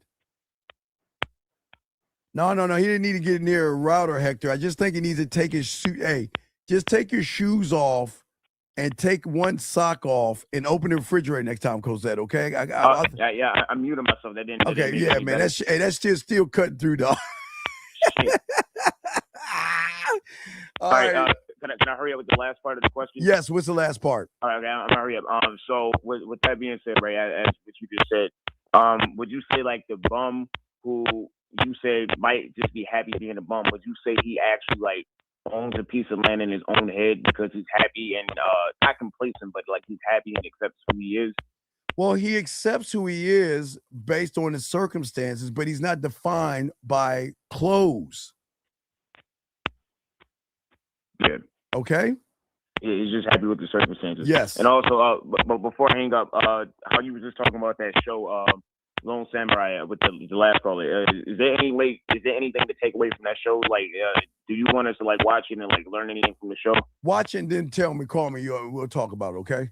Got it. Dude, you got to watch shows. I tell you. Have you seen Teach Me a Lesson? Watch that one, and watch Agent Kim. You got to see that. You gotta see how motherfuckers are when they ain't bullshitting. All right, I'll throw you back in. Okay, Agent Kim. Okay, got it. Yeah, Agent Kim. That motherfucker was a quiet motherfucker, but he's a straight up killer. Okay, yes, exactly. I forgot about that. A woman threw that pussy up on him. The woman said to him, the woman in the building, he got scared of pussy. Hold on, I'm gonna talk. I promise you, I'm gonna do a review on that tonight. 203. What's your name? What's your question? How can I help you? 203. Hello. Yes. How can I help you? What's your question? How you doing? I just wanted to talk about regarding, like, you mentioned these heroes and you said that the villains are like the true guys that are just out there winning. They're the ones that are winning. Yes. You said, but it's just, and then from what I also seen with your videos, I like the Kai Cenat video. I feel like I like the way you broke it down and stuff like that. Thank you, sir. Thank you. I appreciate that. I'm trying to fix my thing. I appreciate that video because now I kind of get a look of what I got to do moving forward. I'm 25. Okay, hold your thought real quick. Let me jump out. Stay right there. Don't go nowhere. Because we're gonna talk. Don't just stay right there. You stay right there. Because my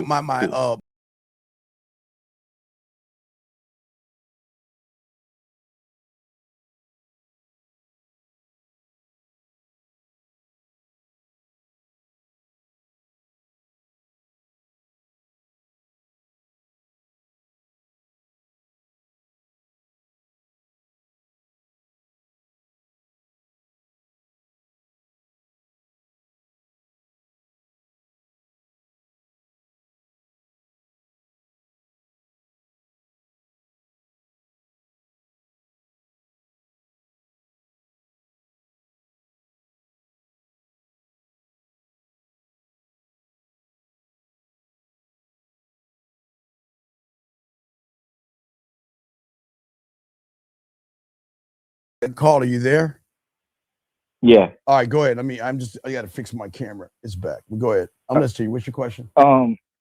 Yeah, I'm 25, Ken, and I'm just wanting to know, I've been having difficulty, like, trying to speak to women, and that video with Kai Cenat and Tyler, I feel like you did a good job. Okay, wait. You say you having difficulty doing what?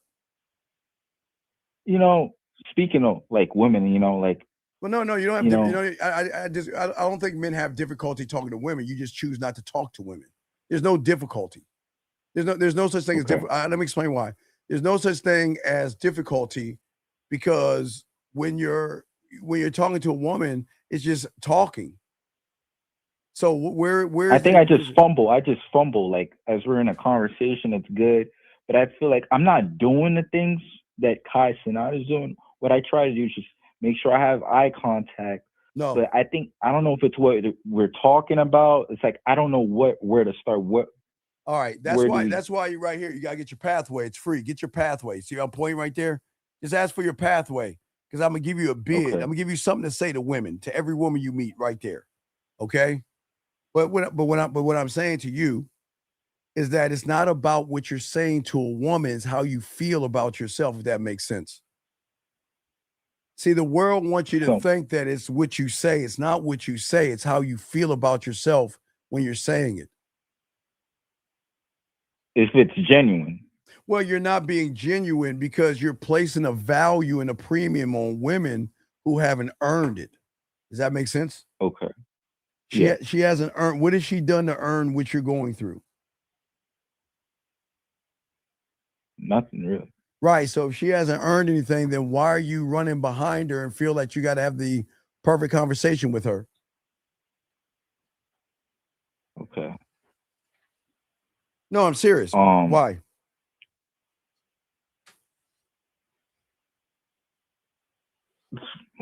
You're right.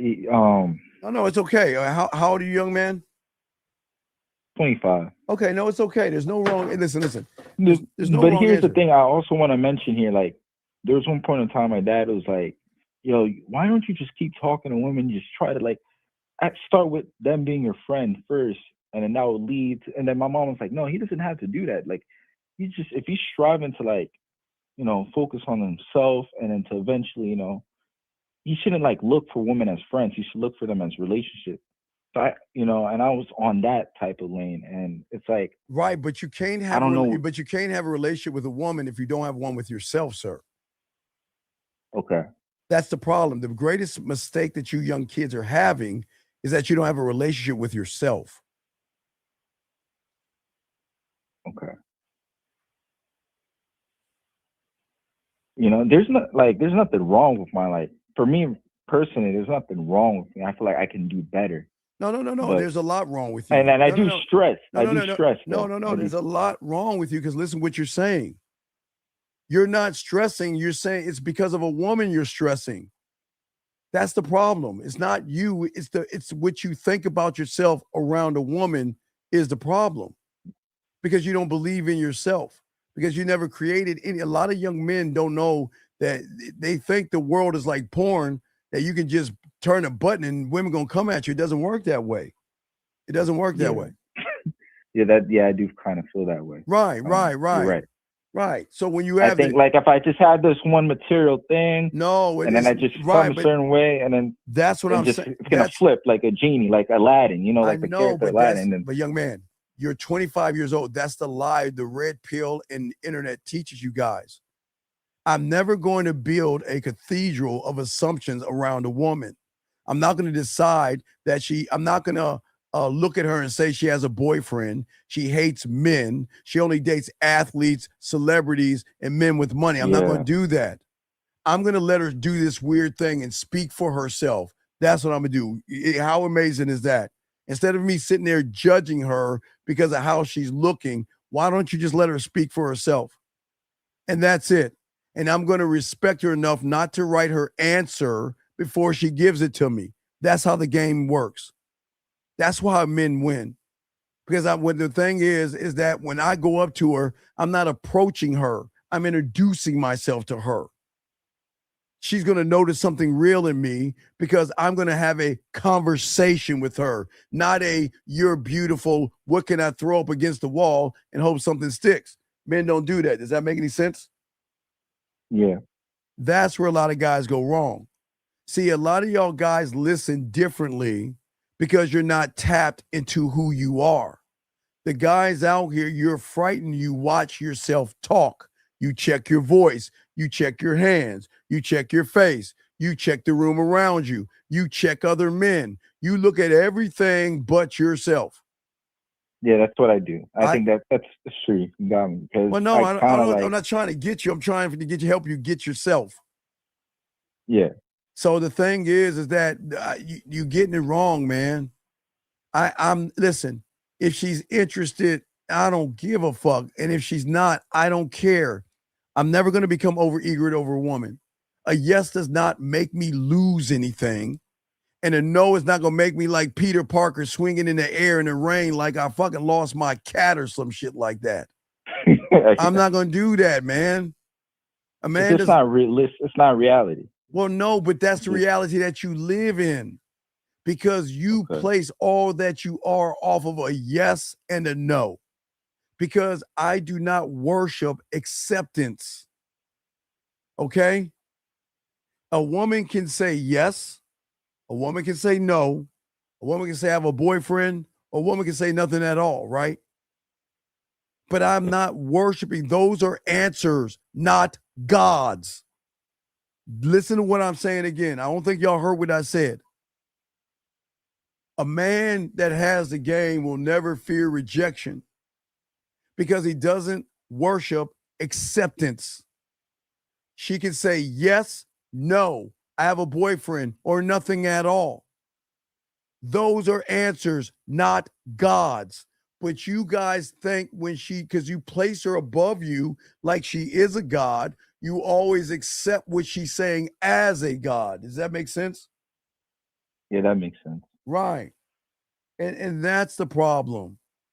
You have to enjoy the exchange with the woman and make your intentions clear.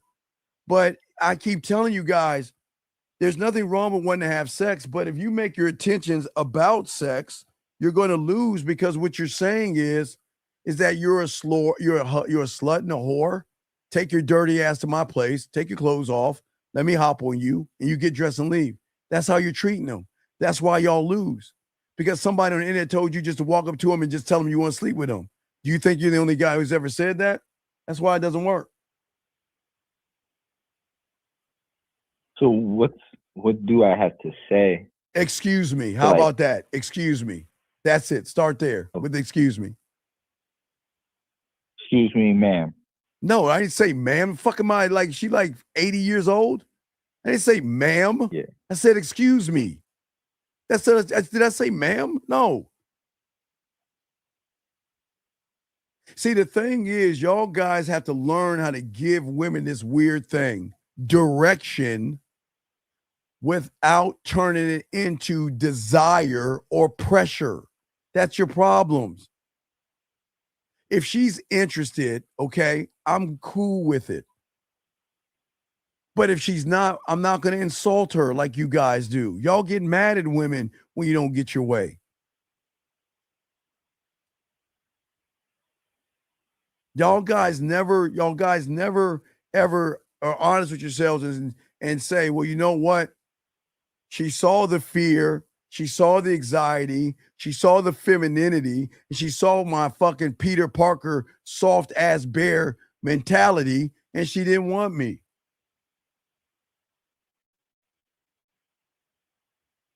Does that make sense? Yeah, that makes sense. I don't know why this thing's sagging. Okay? So I'm just saying that you don't chase and beg or anything like that. Okay. Because I'm not a guy, like, even now, I've been learning, you know, but you haven't. You haven't. No, from other people, but like stop. Since I just found your video yesterday. Stop. You will never learn from other people. Why do you think that is? Different experience. The only way you can learn is by taking the information and going out there and doing it. And then going back to the source and talking about it. But you can't learn anything. That's y'all's problem. Y'all are stuck in this YouTube BS where people are just giving you bad information. Okay. Does that make sense? Yeah. All right. So you have any other questions, young man?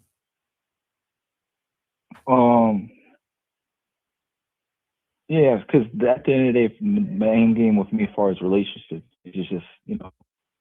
What's that now? You know, just one day getting married, you know. Sir, why are you thinking about marriage when you can't even get a woman? Now, I'm not being mean. Why think about it? For what? For what? I don't know. No, dog, you're 25. Hey, look, young man, look. It's very important that you keep listening to this show. Because this is why, because this is the way you are right now. Women won't even fuck with you or use you for money because of how you see yourself. You're not articulating yourself. You're looking at things you shouldn't be looking at. You should not be looking at marriage because you're not even married to the game. And you're not even married to yourself. Does that make sense? Yeah. It's okay, but it's okay. I'm not trying to tear you down. I'm trying to help you, buddy, okay? All right. So appreciate it. All right, yeah. And I appreciate the call, okay, young man? Great call, okay? All right. Thank you so much. Thank you. That was an awesome call. That was awesome. Wait, let me see here. I think I missed.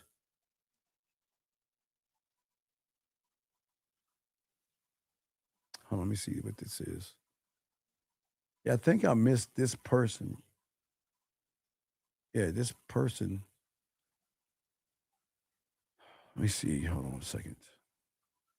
Let's call this guy back. I think he called. I missed him. But guys, I'm going to do a review on Spider-Man. Bear Man. Hello? Hey, yeah, you called me and you didn't answer. What's going on, buddy? What was up? What's going on? Can you hear me now? Yeah, what's going on? What's your question, man? What's up? Oh yeah, my fault about that. I was trying to turn the show off, and then you just Wait. Who? This is not, please don't say this is Phoenix. It is. Sir, what do you want here? You don't want to learn shit. You're a fake, fraud, phony. You're a liar, and you ain't shit. And you know why? Because I hate liars. And you know what I'm talking about, don't you? No, I really don't. Phoenix, what did your bitch ass say? Did you say that you wanted to learn the game, fuck boy? Didn't you say you was going to dedicate yourself, fuck boy? See, now I'm about to show you out and show you why you a bitch motherfucker. So why the fuck, where have you been? Where have you been? I haven't been able to catch you on the live stream. Man, motherfucker, when's the last time we talked? When's the last time you got coaching? It's been probably about 2 or 3 months. So where the fuck have you been in your loser ass life where you don't have time for the coaching, loser? Because I've been working and stuff. Man, shut the fuck. What the fuck do you want, dog? You know what? I can't stand fake motherfuckers like you. You don't want to learn shit, but I will kindly help the person with your question because you don't want to learn shit. So what's your question? No, well, I will hit you up on the back end. No, fuck, you don't have to because, do a motherfucker. There is something I was trying to discuss with you. What's your question? I'll talk to you on the back end. What's your question, dog? Because you afraid. You better off telling me you got 5 magic beans. You ain't serious about shit. So what's your question? How can I help you? I was just because I watched the Obsession movie a few weeks ago. Yeah, you're Bear. You're Bear. Yeah, you're Bear. You're Bear with a little bit of Peter Parker. So what's your question? Okay, I was wanting to know why was Bear considered to be the bitch ass motherfucker in the movie and not his best friend? Wait a second. Wait. Who got the pussy for free? Yeah, he got the pussy for free. Okay. He got the pussy for free. Wait. This is what you understand. The friend was fucking her for free, wasn't he? Right? Yes. Okay. Yes. The friend who was fucking her for free knew Bear wanted some pussy and wanted her. So you know what he said? You know what? I'm gonna let my boy go ahead and fuck. Because if my boy like her, I don't need her that much. So I'm gonna try to help him get some pussy. Did he not? Now how he did it, doing the shit with the waitress, that was a little bad right there. But right. But the thing, how did he go wrong? She was the one popping her. He was fucking her so good that she was telling her girlfriend about how good he was fucking her. And then what? But for him to be, he's supposed to be Bear's homie. Instead of sitting there with the waitress and trying to coach Bear and trying to give him a little bit of the game, why didn't he just keep it real with Bear and be like, hey, look, Phoenix, I've already been fucking this bitch. Phoenix. If we were in the same situation, I would have to do the same thing with you. You want to know why? Because you ain't game the fuck up. So the level of his thinking is too above your pay grade. So what he has to do with Bear is he's got to water down to his level of thinking. So what he did was he put him in front of a woman because that's his level of thinking. He didn't have the balls to be a fucking man. He had a lot of pussy in him. Okay, what was he doing when his cat died? Did he just say, damn, my cat died, I'm gonna miss my cat, I'm gonna bury my cat? Or what did he do? He got in the fetal position. He got in the fetal position, was crying like a bitch. Yeah, but he was doing that by himself. He wasn't doing that in front of nobody. Oh my God, the fact that he was doing it, goddamn, was the fucking problem. You're not, look, okay, dog, look. When I say go out into the middle of nowhere and cry, right? Yeah. There's nothing wrong with your eyes welding up. Okay, you saw Ryan Clark. I mean, what's that motherfucker from the ESPN that got fired? Oh yeah, whatever his name was. Yeah, he was doing the same bitch ass shit. You ain't supposed to look. The only time I can respect tears, okay? The only time I respect tears is from athletes who are retiring or win the prize. I understand that. I understand tears coming down when you retiring because you love the game so much. And you can't let it go, man. It's like, I get it. But what I'm saying is, with Bear, okay, he didn't believe in himself. Okay, so if his friend goes to Bear and says, hey, Bear, Why don't you just walk up to her and say, you know what, I like you. Let's go back to my place and fuck, right? You think, what do you think Bear's going to say? I can't talk to her that way. That's so, he mean. He could have. No. He could have talked to her that way. Had a friend know, hey, look, it's how she really is. Phoenix, you're not listening to me. You can't tell a soft motherfucker to speak like a man because he's not going to be perceived as a man. So what he did was, okay, Bear didn't like himself. Bear was soft, weak, and effeminate. Bear didn't have a self-image or identity, right? Can we agree on that? Yeah, okay, we can agree on that. Okay. So what his friend did was take him down to his level to help him learn on his level. And his level is, before I talk to a woman, I'm going to practice with another woman to make sure I get it right with this woman, so I know I can get it right with that woman, even though it's wrong because he couldn't get it right. Because it doesn't matter what he does, he's still intimidated by the woman. Okay. So, okay. But now, now what about when the friend got in his pussy ass feelings when he had that party and he's like, Bear, ever since you've been hanging out with her, you've been acting different. Don't bring her to the party. He got in his pussy ass feelings. No. Why was he hating? Wait. Phoenix. He knew the bitch was stalking him. And he knew that Bear, he had to talk to his boy. See, you even missing the shit. She wasn't fucking invited, was she, fool? Was she? No, she. So wait. No, she. So she wasn't invited. So it was up to Bear to let his nuts drop and tell that fucking woman to stay your ass at home. But he couldn't do that, could he? Could he? He ended up bringing her. So he ended up bringing her. So why do you think he had to do that? Now that wait. Now that part I agree. So he did not have to do that. No. So you guys think that you could walk up to another guy that's a puss and say, don't bring your woman? You think he's got the balls to tell her to go home? This is where y'all get it wrong. See, you guys think that because a person has game, he's got to bring the person up to his level. Watch this. Okay.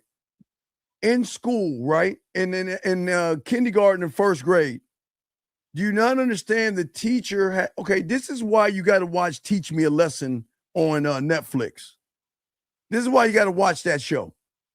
Because if you watch, I think it's maybe episode maybe 6 or 7, they go down to elementary school where the teacher has to come down to the level of the kid. The teacher cannot ask, there was a kid, I'm not going to give you the Teach Me a Lesson, but the teacher can't bring a child up to the level of the other kids because he ain't ready for that level of thinking. So a kindergarten teacher or first grade teacher has to come down to the level of the kid so she can work and slowly build him up. You can't you can't yank a kid up and make him what you want him to be. It doesn't work like that. Teaching doesn't work like that. Does that make sense? Yeah, it makes perfect sense. But see, here's where I was respectfully disagreeing with you. I get it as far as the learning part. But as far as the level of the truth, anybody could be at a certain level to get the level of the truth. Phoenix, my brother. Phoenix. What did Jack Nicholson say in that JAG movie? And if y'all don't know what a JAG is, that's like an attorney. So what did Jack Nicholson say? You can't handle it. You can't handle the truth. The end. There you fucking go. Bear couldn't. Okay. Bear ain't built to handle truth when he's living in fantasy. Everything Bear is doing is his fantasy because Bear doesn't believe in himself. Okay, do you think the Punisher could walk up to Peter Parker and say, Peter, why don't you be Peter Nutsack and go over to Mary Jane and talk to her? You think Peter's going to do that? No, because that's not Peter's level of thinking. Peter ain't man enough to go over to Mary Jane. But it might not be his level of thinking. But the Punisher's honesty could be like, hey, Peter, you being a bitch right now. Don't do that. No, you can't. Okay. Phoenix. These young boys are fucking broken, insecure, and fucking broken. You can't, not wow. No. Okay. You have to understand, starting in 1986 in Katy, Texas, is where everything changed. And why do you think that is? 1986. 1986, Katy, Texas is where everything changed. Why do you think that is? I'm not sure. Okay, because there was a parent who had a fucking sorry-ass kid who couldn't make the team. So what that parent decided on doing is saying, you know what, I'm going to create something for the kids who are not getting picked, and we're going to create an environment where all kids get to play. We're not going to watch the score, and everybody gets a fucking trophy for participating. That's what fucked everything up. Because before that time, it was this simple. If you suck, you didn't get picked. And the only way you can get picked is that your parents were smart enough to give you a brand new football, a brand new wiffle ball, and a brand new baseball and basketball, because they knew that if you didn't get picked, you could take your ball and go home. Does that make any sense? Oh, yeah.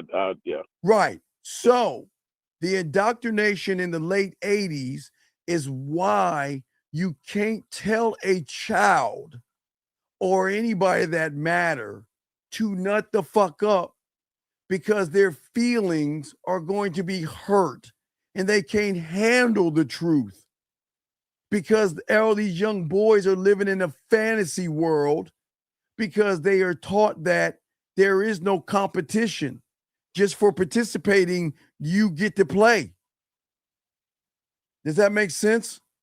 So Yeah, if you look at Bear, okay? Okay. Bear had a losing and weak mentality, which means that you can't just tell someone like Bear that he's weak. You can't tell Bear worshiped that woman. You can't tell Bear, okay, the woman that you worship, I'm fucking her, and she's sucking my dick. And every time I take her home, she's jerking me off and I'm smashing her, because Bear created a world where she was perfect. He created the world. But the guy that was nutting all in her face and in her hair didn't care about her. They had an understanding. She broke the agreement. He said to her, look, I'm a fuck and we ain't gonna say nothing. Everything we gonna do is on the back end. We gonna fuck quietly on the back end. It'll be our secret. When I see you, I'm act like I don't know you. When we hanging out, I ain't gonna fucking do anything with you. You see what I'm saying? But he was fucking her so good, she told the other chick that they were fucking. She broke the agreement, because we would have never knew he was fucking had that chick didn't say anything. Does that make sense? Right. Yeah, because I remember she told him about it in the car and let him know that they had been fucking for like a couple of months or so. Hold on. This guy said this ain't true. Certain men don't see the truth, but when they do, give me a second, Phoenix. Give me a second, buddy. Yeah. Please. Thank you, sir. Yeah. Okay. I'll read this to you, Phoenix. This guy says certain men don't see the truth, but when they do, they have a clear option to change, right? Mm-hmm. I would ask this guy right now, how long has he been listening to me for? Because you know what I can tell this guy? I can easily tell him he can't fuck. I can tell him he's weak, soft, emotional, and effeminate. You know what people like this gonna do? He's gonna get mad at me. He'll say, you don't know me well. You don't know me. You can't say that about me. I've met these fuck boys like this. You don't have a clear, no. This is true. Because people like you are the reason why there are Bears and Peter Parkers out there. Because that's who y'all resonate with. Look at you. Okay? You say what you say has truth to it, but no, wait, tell me what, wait. Hold on a second. Don't kick that guy out. I want you to come up next. Because here's the thing, young man. And this is the problem with you. Phoenix, let me ask you a question. Phoenix, what do you do for a living, Phoenix? I'm a engineer. Okay, you're an engineer. Phoenix, what would you do if I wanted to be an engineer? And you talk to me in engineer language. And then I'm going to tell you that what you're saying has truth to it, but it ain't completely true. Now remember, Phoenix, you're an engineer. I'm not. Am I going to be a student of yours? No. Why? Because you're not even trying to pay attention to what I'm trying to tell you. Thank you. The basics. See, the reason why this young man is here is because he knows he ain't got any fucking game. But what he's trying to do is he's trying to tell the he's trying to tell the motherfucking teacher. The teacher. Wait. A guy that has no game, that can't talk to women, that can't even do a pinch of what I do, is going to tell me that it ain't completely true from his point of view, as if the motherfucker can sit at the table. Isn't that crazy? Yeah, but I it kind of like what that guy's just now saying. Now I see now what you're saying. It's kind of like when somebody builds their world around a central thought that may be a lie. Phoenix, that's why someone else. Phoenix, I'm clapping, Phoenix. Phoenix. You see why I can't tell him what you think I should tell him? Right. Because I'm then talking if you shatter his false reality, then his world will crumble. God damn, Phoenix, Phoenix, fucking with you. Phoenix, you're back on my grace again. This is why I fucks with you, Phoenix. Now do you see why Bear's friend can't talk to Bear? Yeah. It's exactly what you see right here. Because this person thinks that what he thinks matters. And then he's got the nerve to tell the motherfucker he's listening to that it ain't true. Do you see what I'm saying? Yeah, yep. Now 1000% clear. Yeah, definitely. Do you see why you can't talk to everybody the same way? Because their level of thinking is not that way. Because okay, look. Like Bear, had that guy told Bear what he said, his emotions, his femininity, and his lack of game would have lashed out. See, he's telling me it's not true, but from his perspective, it's not true. But I'm not trying to go down. Okay, wait a second. Let me make a question. Am I supposed to go down to his perspective, or is he supposed to come up to mine? He's supposed to come up to yours. Do you see the problem is? Mm-hmm. That's why he's unteachable. You can't help Phoenix. That's why Bear's friend can't talk. Okay, drop my headset. Phoenix, this is why the majority of young men will always fail, because they think their thoughts matter. And Phoenix, if I'm trying to learn how to be an engineer, you know what I'm going to do, Phoenix? You're going to become a student. I'm going to empty my cup. I am not going to question you. I may have questions to gain understanding of things, but who the fuck am I to give you my opinion on something you know more than fucking me? The fuck is that? Who am I to tell you? Do you see what I'm saying? No. See, I told you. I'm going to read this, Phoenix. You're putting words in my mouth and assuming a lot about me. You already said he would say that 5 minutes ago. I already said that 5 minutes ago, dog. You see I'm undefeated in this shit. You're undefeated. But his ego's trying to protect him now. Right, but that's why Bear's friend couldn't tell him the truth.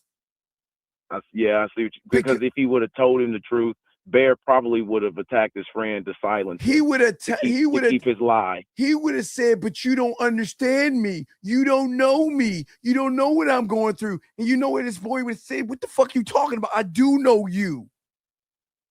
Right. Hey, look, Phoenix, you gotta watch. Or he would have been like, "You don't know the girl, or you're making it up. You're lying." She wouldn't do that. Right. Because what happens with young men. Because now listen, I said something that triggered that young man. You see what I'm saying? He was quiet until I triggered something in him through the conversation with you. Because here's the thing. This is the triggering part. See, Phoenix, I give you credit. At least you called in. He's talking from he's hiding behind his words. He ain't gonna call the fuck in. And then listen what he said. Watch this. Phoenix. Let me tell you where I got him at. Phoenix, I'm going to read the first line and tell me where I got him at. This ain't true. Certain men don't see thee. So tell me, where did I get him? When he's talking about certain men. He's talking about all men, talking about other men. He's talking about other men. Do you see what I'm saying? Mm-hmm. Do you see how I knew he was that guy?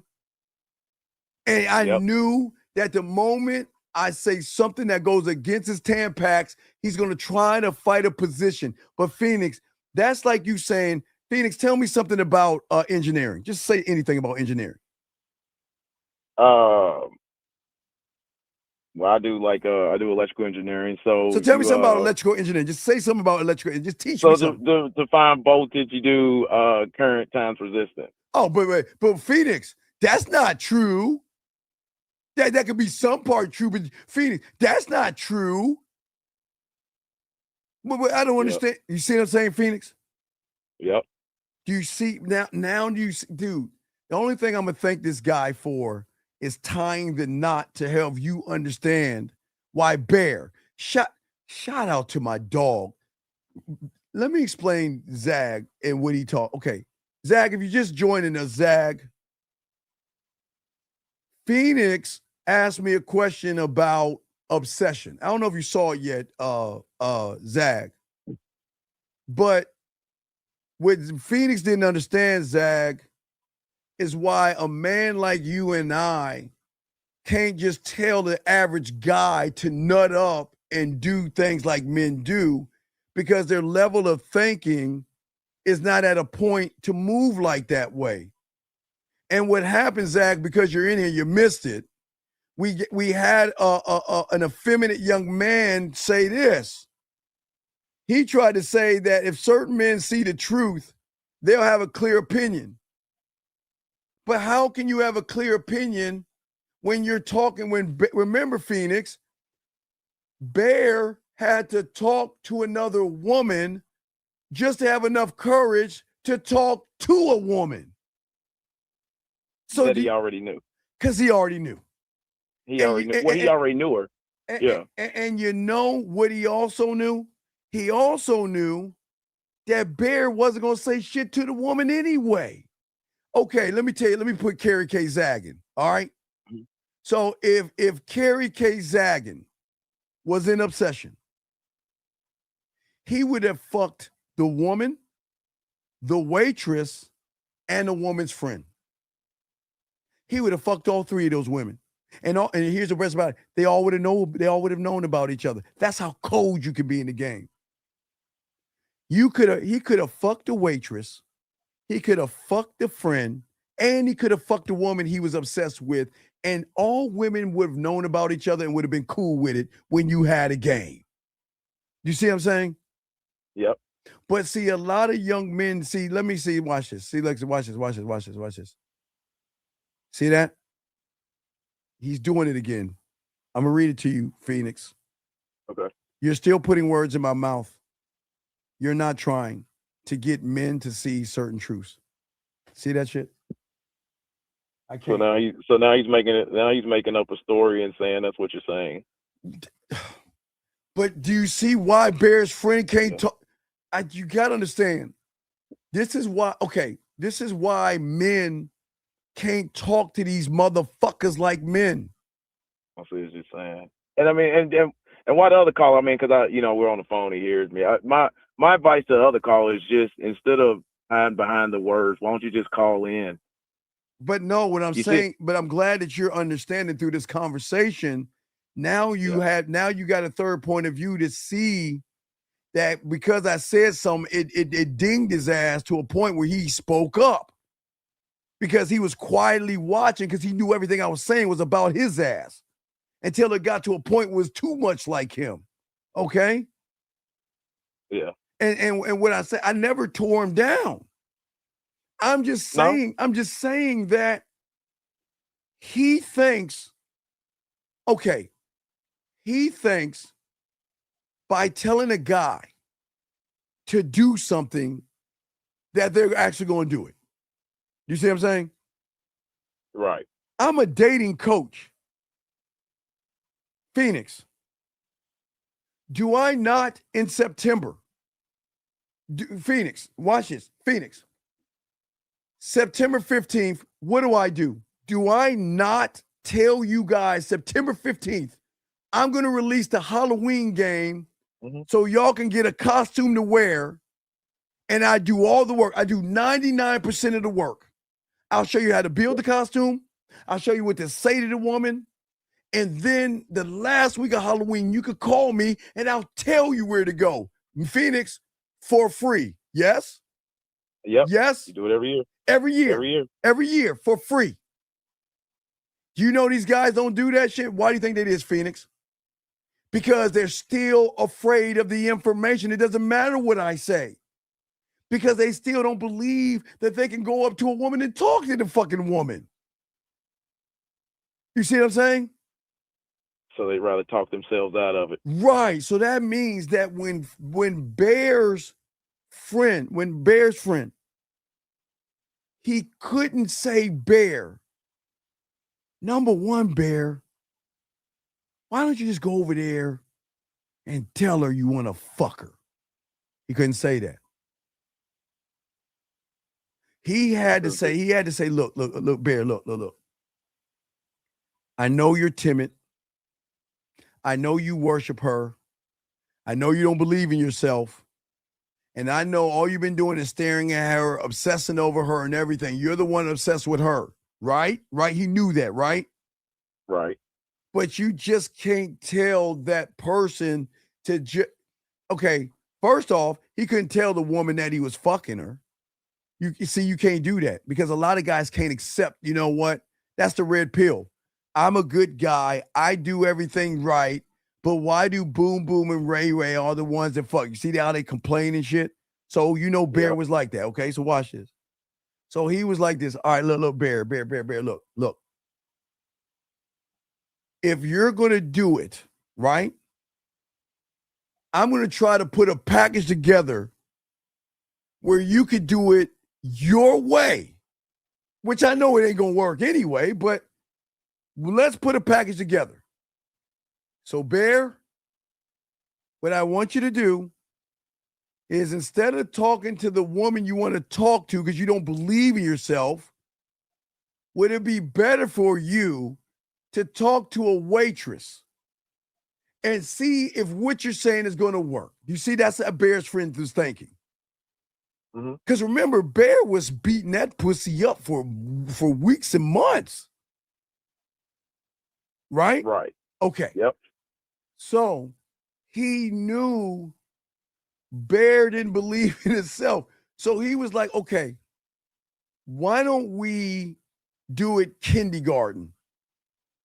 Why don't you practice with this waitress? Right? Right? Mm-hmm. And then he practiced with the waitress. The waitress even patted him on the head, did she not? Yep. And His then buddy told me how bad that was. And then when this punk ass was in the car, the waitress knew what Why do you think the waitress gave him motherly encouragement like an affirmation? Because she knew it wasn't going to work. He knew it wasn't going to work. But see, here's the problem. You can't tell a person like Bear it's not going to work. Because like that caller, like the guy in our room right now, they can't accept the truth. They can't.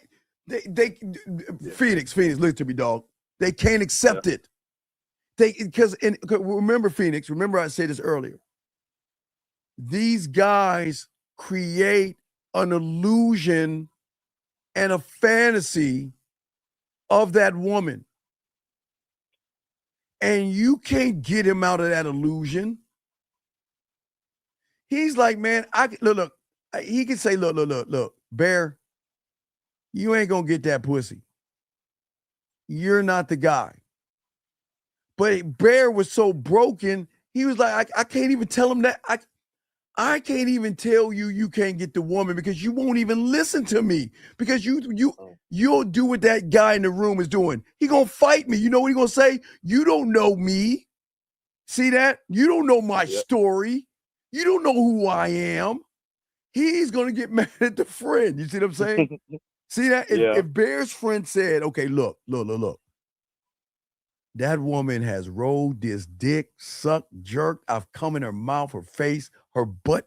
I've done everything under the sun to that woman. Hey, Bear, look, if you want to get her, this is how you got. Look. If y'all get the birthday package, y'all get the birthday package that's right here, y'all going to hear me talk to some of my friends back in the day. That's going to tell you I used to give them my leftovers. And they used to get mad at me because they were like, why would you do that? Because I guess, look, if you want to smash a woman I'm smashing, I mean, she ain't special to me, but I'll set you up. But it ain't going to work because, no, seriously, because look, the reason why I'm smashing her is not because I'm tearing her down. Is because I'm a dominant man. And see, if I tell you to go over there and say, hey, I'm this person, I'm trying to fuck. You can't understand. Okay, hey, Phoenix, that's like me, that's like you talking engineering to me, and then I'm trying to comprehend what you're saying. It's two different realities. It won't work. Does that make sense? Oh, yeah, it makes definitely perfect sense. Because that's why when you just said that, I'm like, did they really actually try to accept your leftovers? Well, no. They didn't see what I have as leftovers. They thought she was special because she looked good to them. And when you look at a woman, this is what you see in high school movies. You see it in Spider-Man. You see it in Bear. You see it in all these TV shows. What do they think?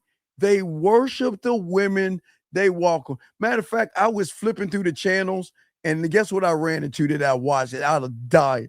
I watched because now they're starting to roll out on Hallmark Channel and We Channel these Hallmarky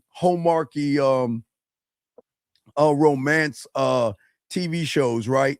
Where a woman goes into some fuck up ass like hick town or some desolate ass town. She runs into a guy. He's all soft, weak, and fucking effeminate. She leaves, and then she tries to come back to him. I'm like, man, that's not real. That shit ain't real.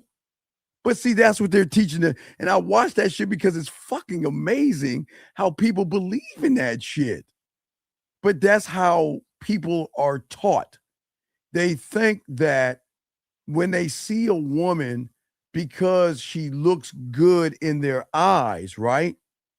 Mm-hmm. They feel, right, that she's special, right?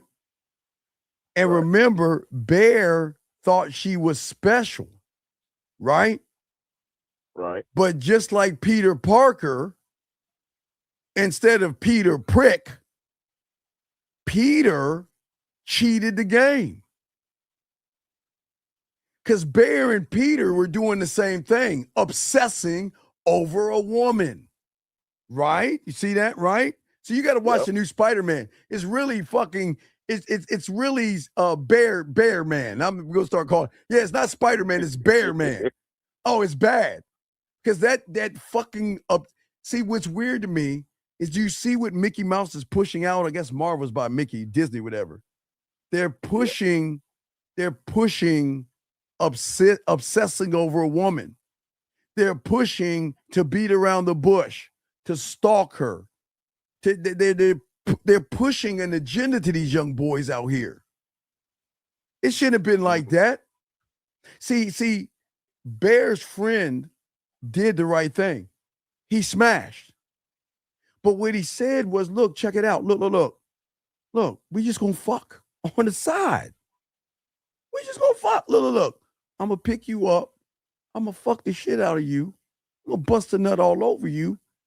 And I'm gonna leave you alone. When I see you, I'm gonna treat you like, hey, how you doing? Hey, Susie. Hey, what's up? Hi. See, hey, Phoenix, I had a problem with them hanging out, but now once I found out he was hitting it, I have no problem with hanging out. See, remember, Phoenix, when I was bitching at first because I was like, why the fuck are they hanging out with these women, dog? What the fuck are they doing? Man, they ain't fucking, but hey. Now, Phoenix, if I already saw her butthole, she already jerked me off, and she did all that, why not hang out with her? Why not? Why not? Yeah, she's earned it then. She's but see, I didn't know why at first. I was feeling some kind of way. I was like, why are they hanging out with each other like that? Shit is weird to me. But once the friend told Bear that he was fucking her, I was like, okay, it makes sense now. Because after you tap that ass, you can hang out with her at that point. There's nothing wrong with hanging out. It's just, why would you hang out with her before you tap the ass? It doesn't make any sense. Because see, Bear was hanging out hoping that hanging out with her enough would make her see him as the guy. You see what I'm saying? Yeah. Yeah, and then it reminds me too, remember that part where she was asleep and then she kept telling him to kill her? Right, because she never, that's when he had the conversation. What's so wrong with me? Everything, motherfucker, because you're not the guy. Look. But remember she even in that conversation, she said something like, it's not me. I was never into you, or something like that. She said. Yeah. She gave him the truth right there at that moment. Right, but he still didn't accept the but truth. I'm saying, okay, with Spider-Man, right? What's his name? Maynard, whoever is that fucking Peter Parker, not Peter Prick. He has a note that's stuck in a fucking coffee cup that he opens and looks at.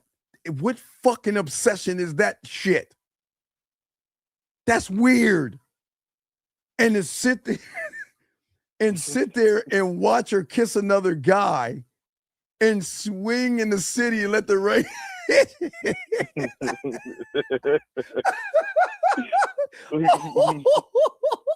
Oh, man. Oh. My. Oh.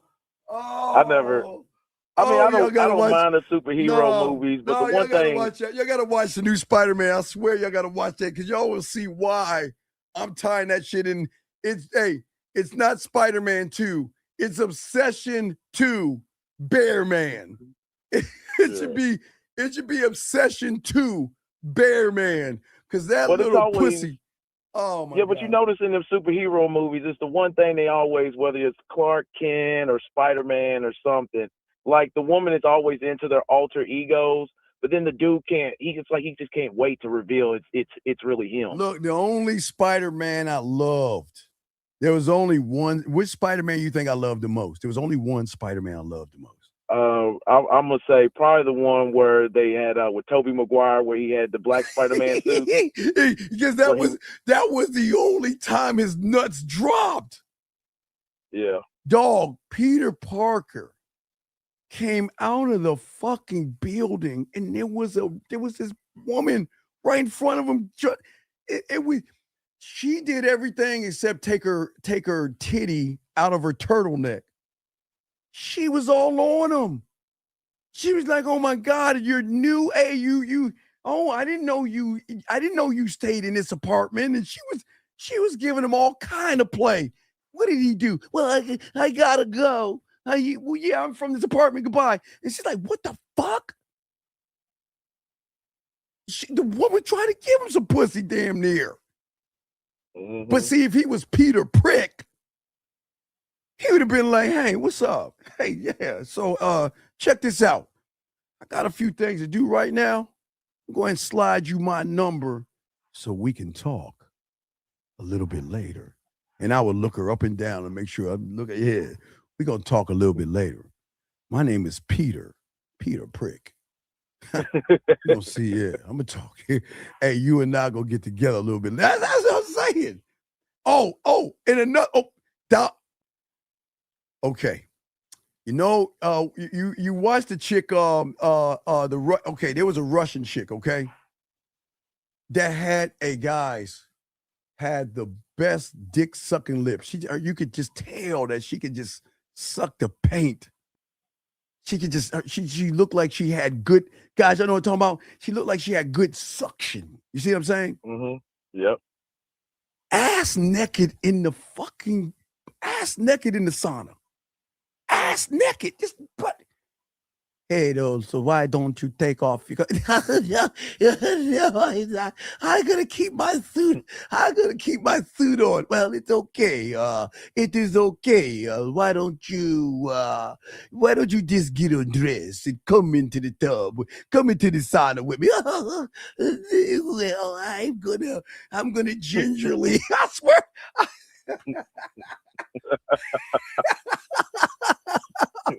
Hold on. Hey guys, y'all remember Jim Carrey when he played God with what's it, Morgan Freeman thing? You remember Jim Carrey? Bruce Almighty.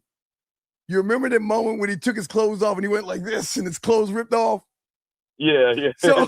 So if he was Peter Prick, his clothes would have came off. He would have swan dive and backstroke all the way to and around her, and he would be like, "Hey, check it out, look. I got a few questions to ask and everything, but he tell you something while we in this motherfucker naked together. Check this out. I got to get a little bit of information. I know where you work at. So once I get done swinging around and all that other shit, bring my ass back and see what that Russian ass do." Right. But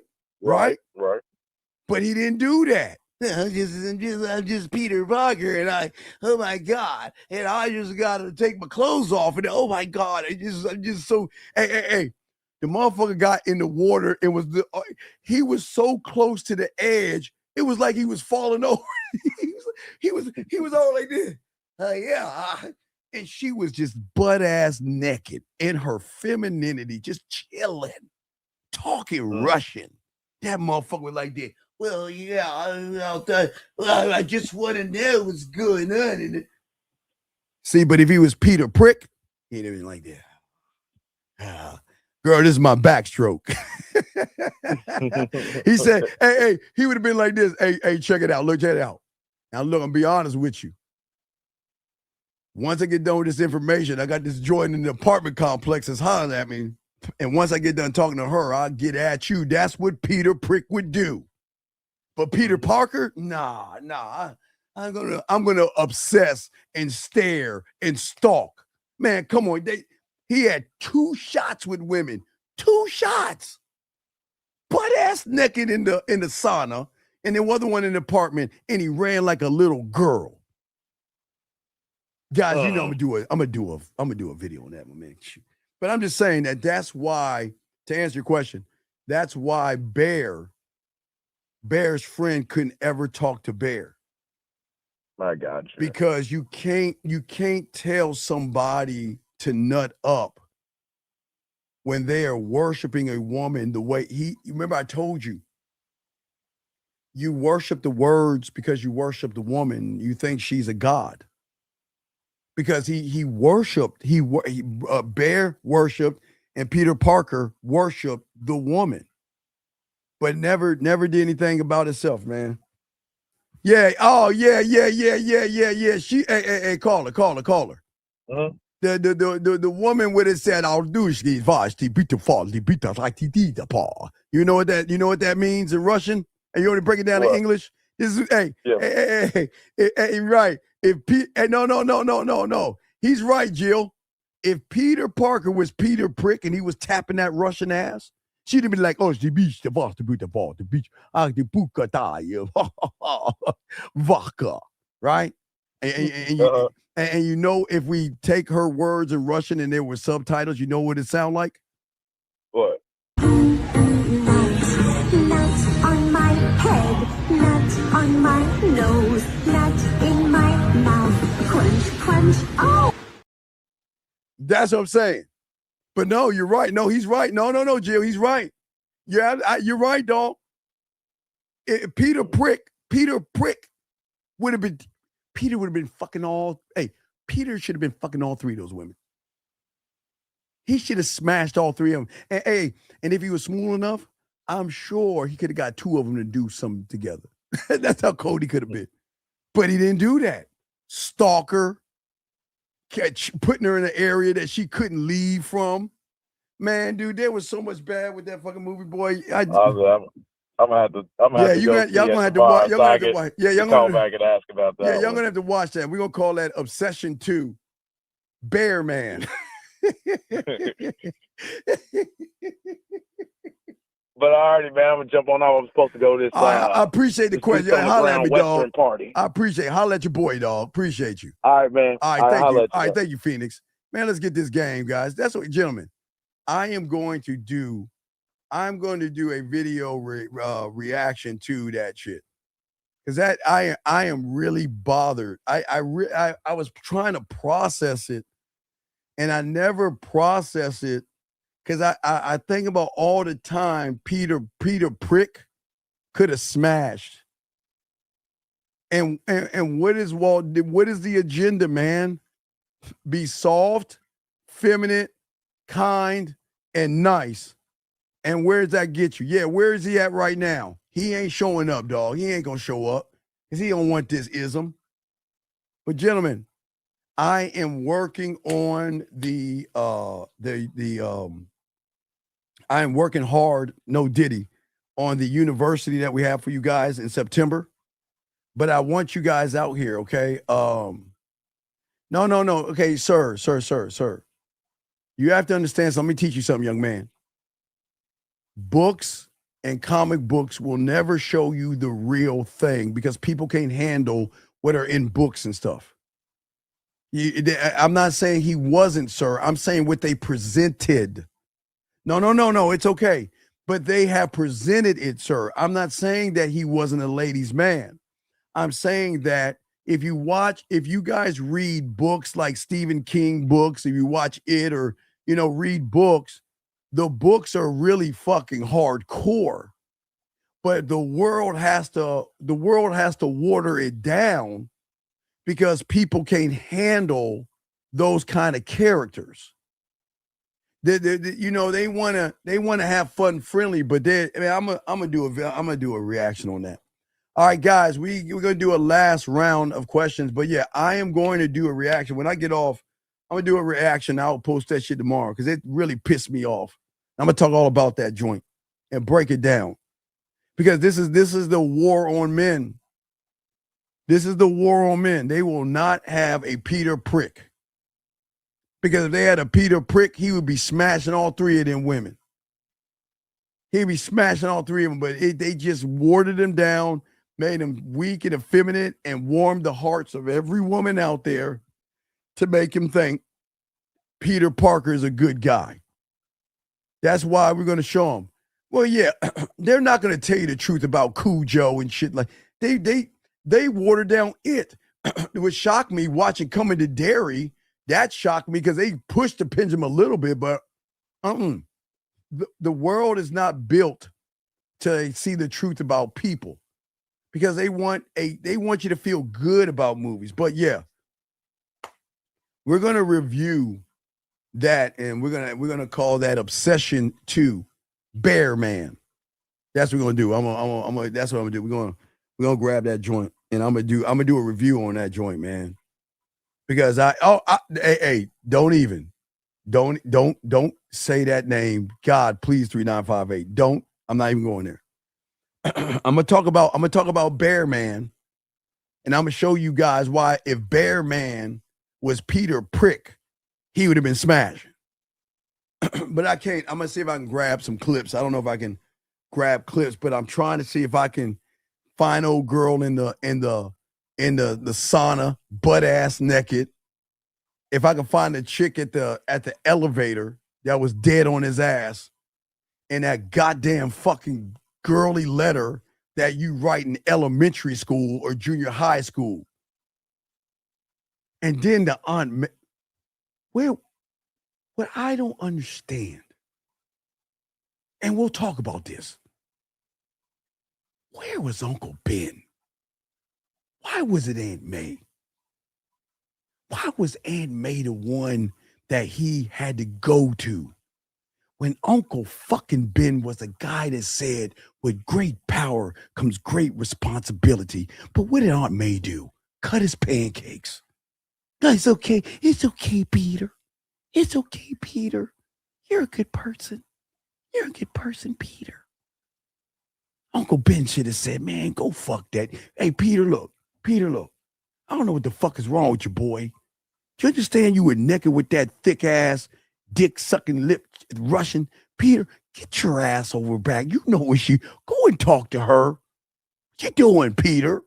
See, that's would have been Uncle Ben. But he had to go to Aunt May. But I'll talk about that. I'm gonna see if I can grab some of those things, man. All that Aunt May shit.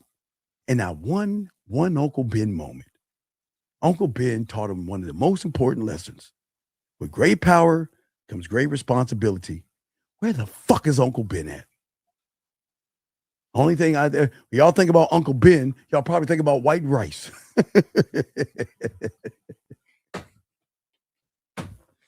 Oh my God, man! I'm about to do a review on Obsession right now. I'm gonna go do that shit. Obsession 2, Bear Man. That's what I'm gonna call that shit. I'm gonna set that shit up right now. Guys, we got a show, Real Game No Theory, tomorrow at 12 noon. I'm gonna go ahead and roll this out. Appreciate you guys. Appreciate yourselves. I gotta get back in on this ism anyway. But I'm gonna go ahead and create Obsession 2, Bear Man, the reaction, and we'll have that out on Sunday. Okay. I'm not talking about Bruce Wayne. No. We'll keep on the last show. Y'all watch Spider-Man. All y'all guys go to the movies. Hey, look, don't get mad at me, but y'all got to see what I'm saying. Go watch it. Just watch it. Okay? Just watch it. And we're gonna talk about that shit. I'm gonna do a review now, and I'll have it right. I appreciate you guys. Guys, we'll see y'all at 12 noon. We will see you guys 12 noon. I'm the Dean. We out.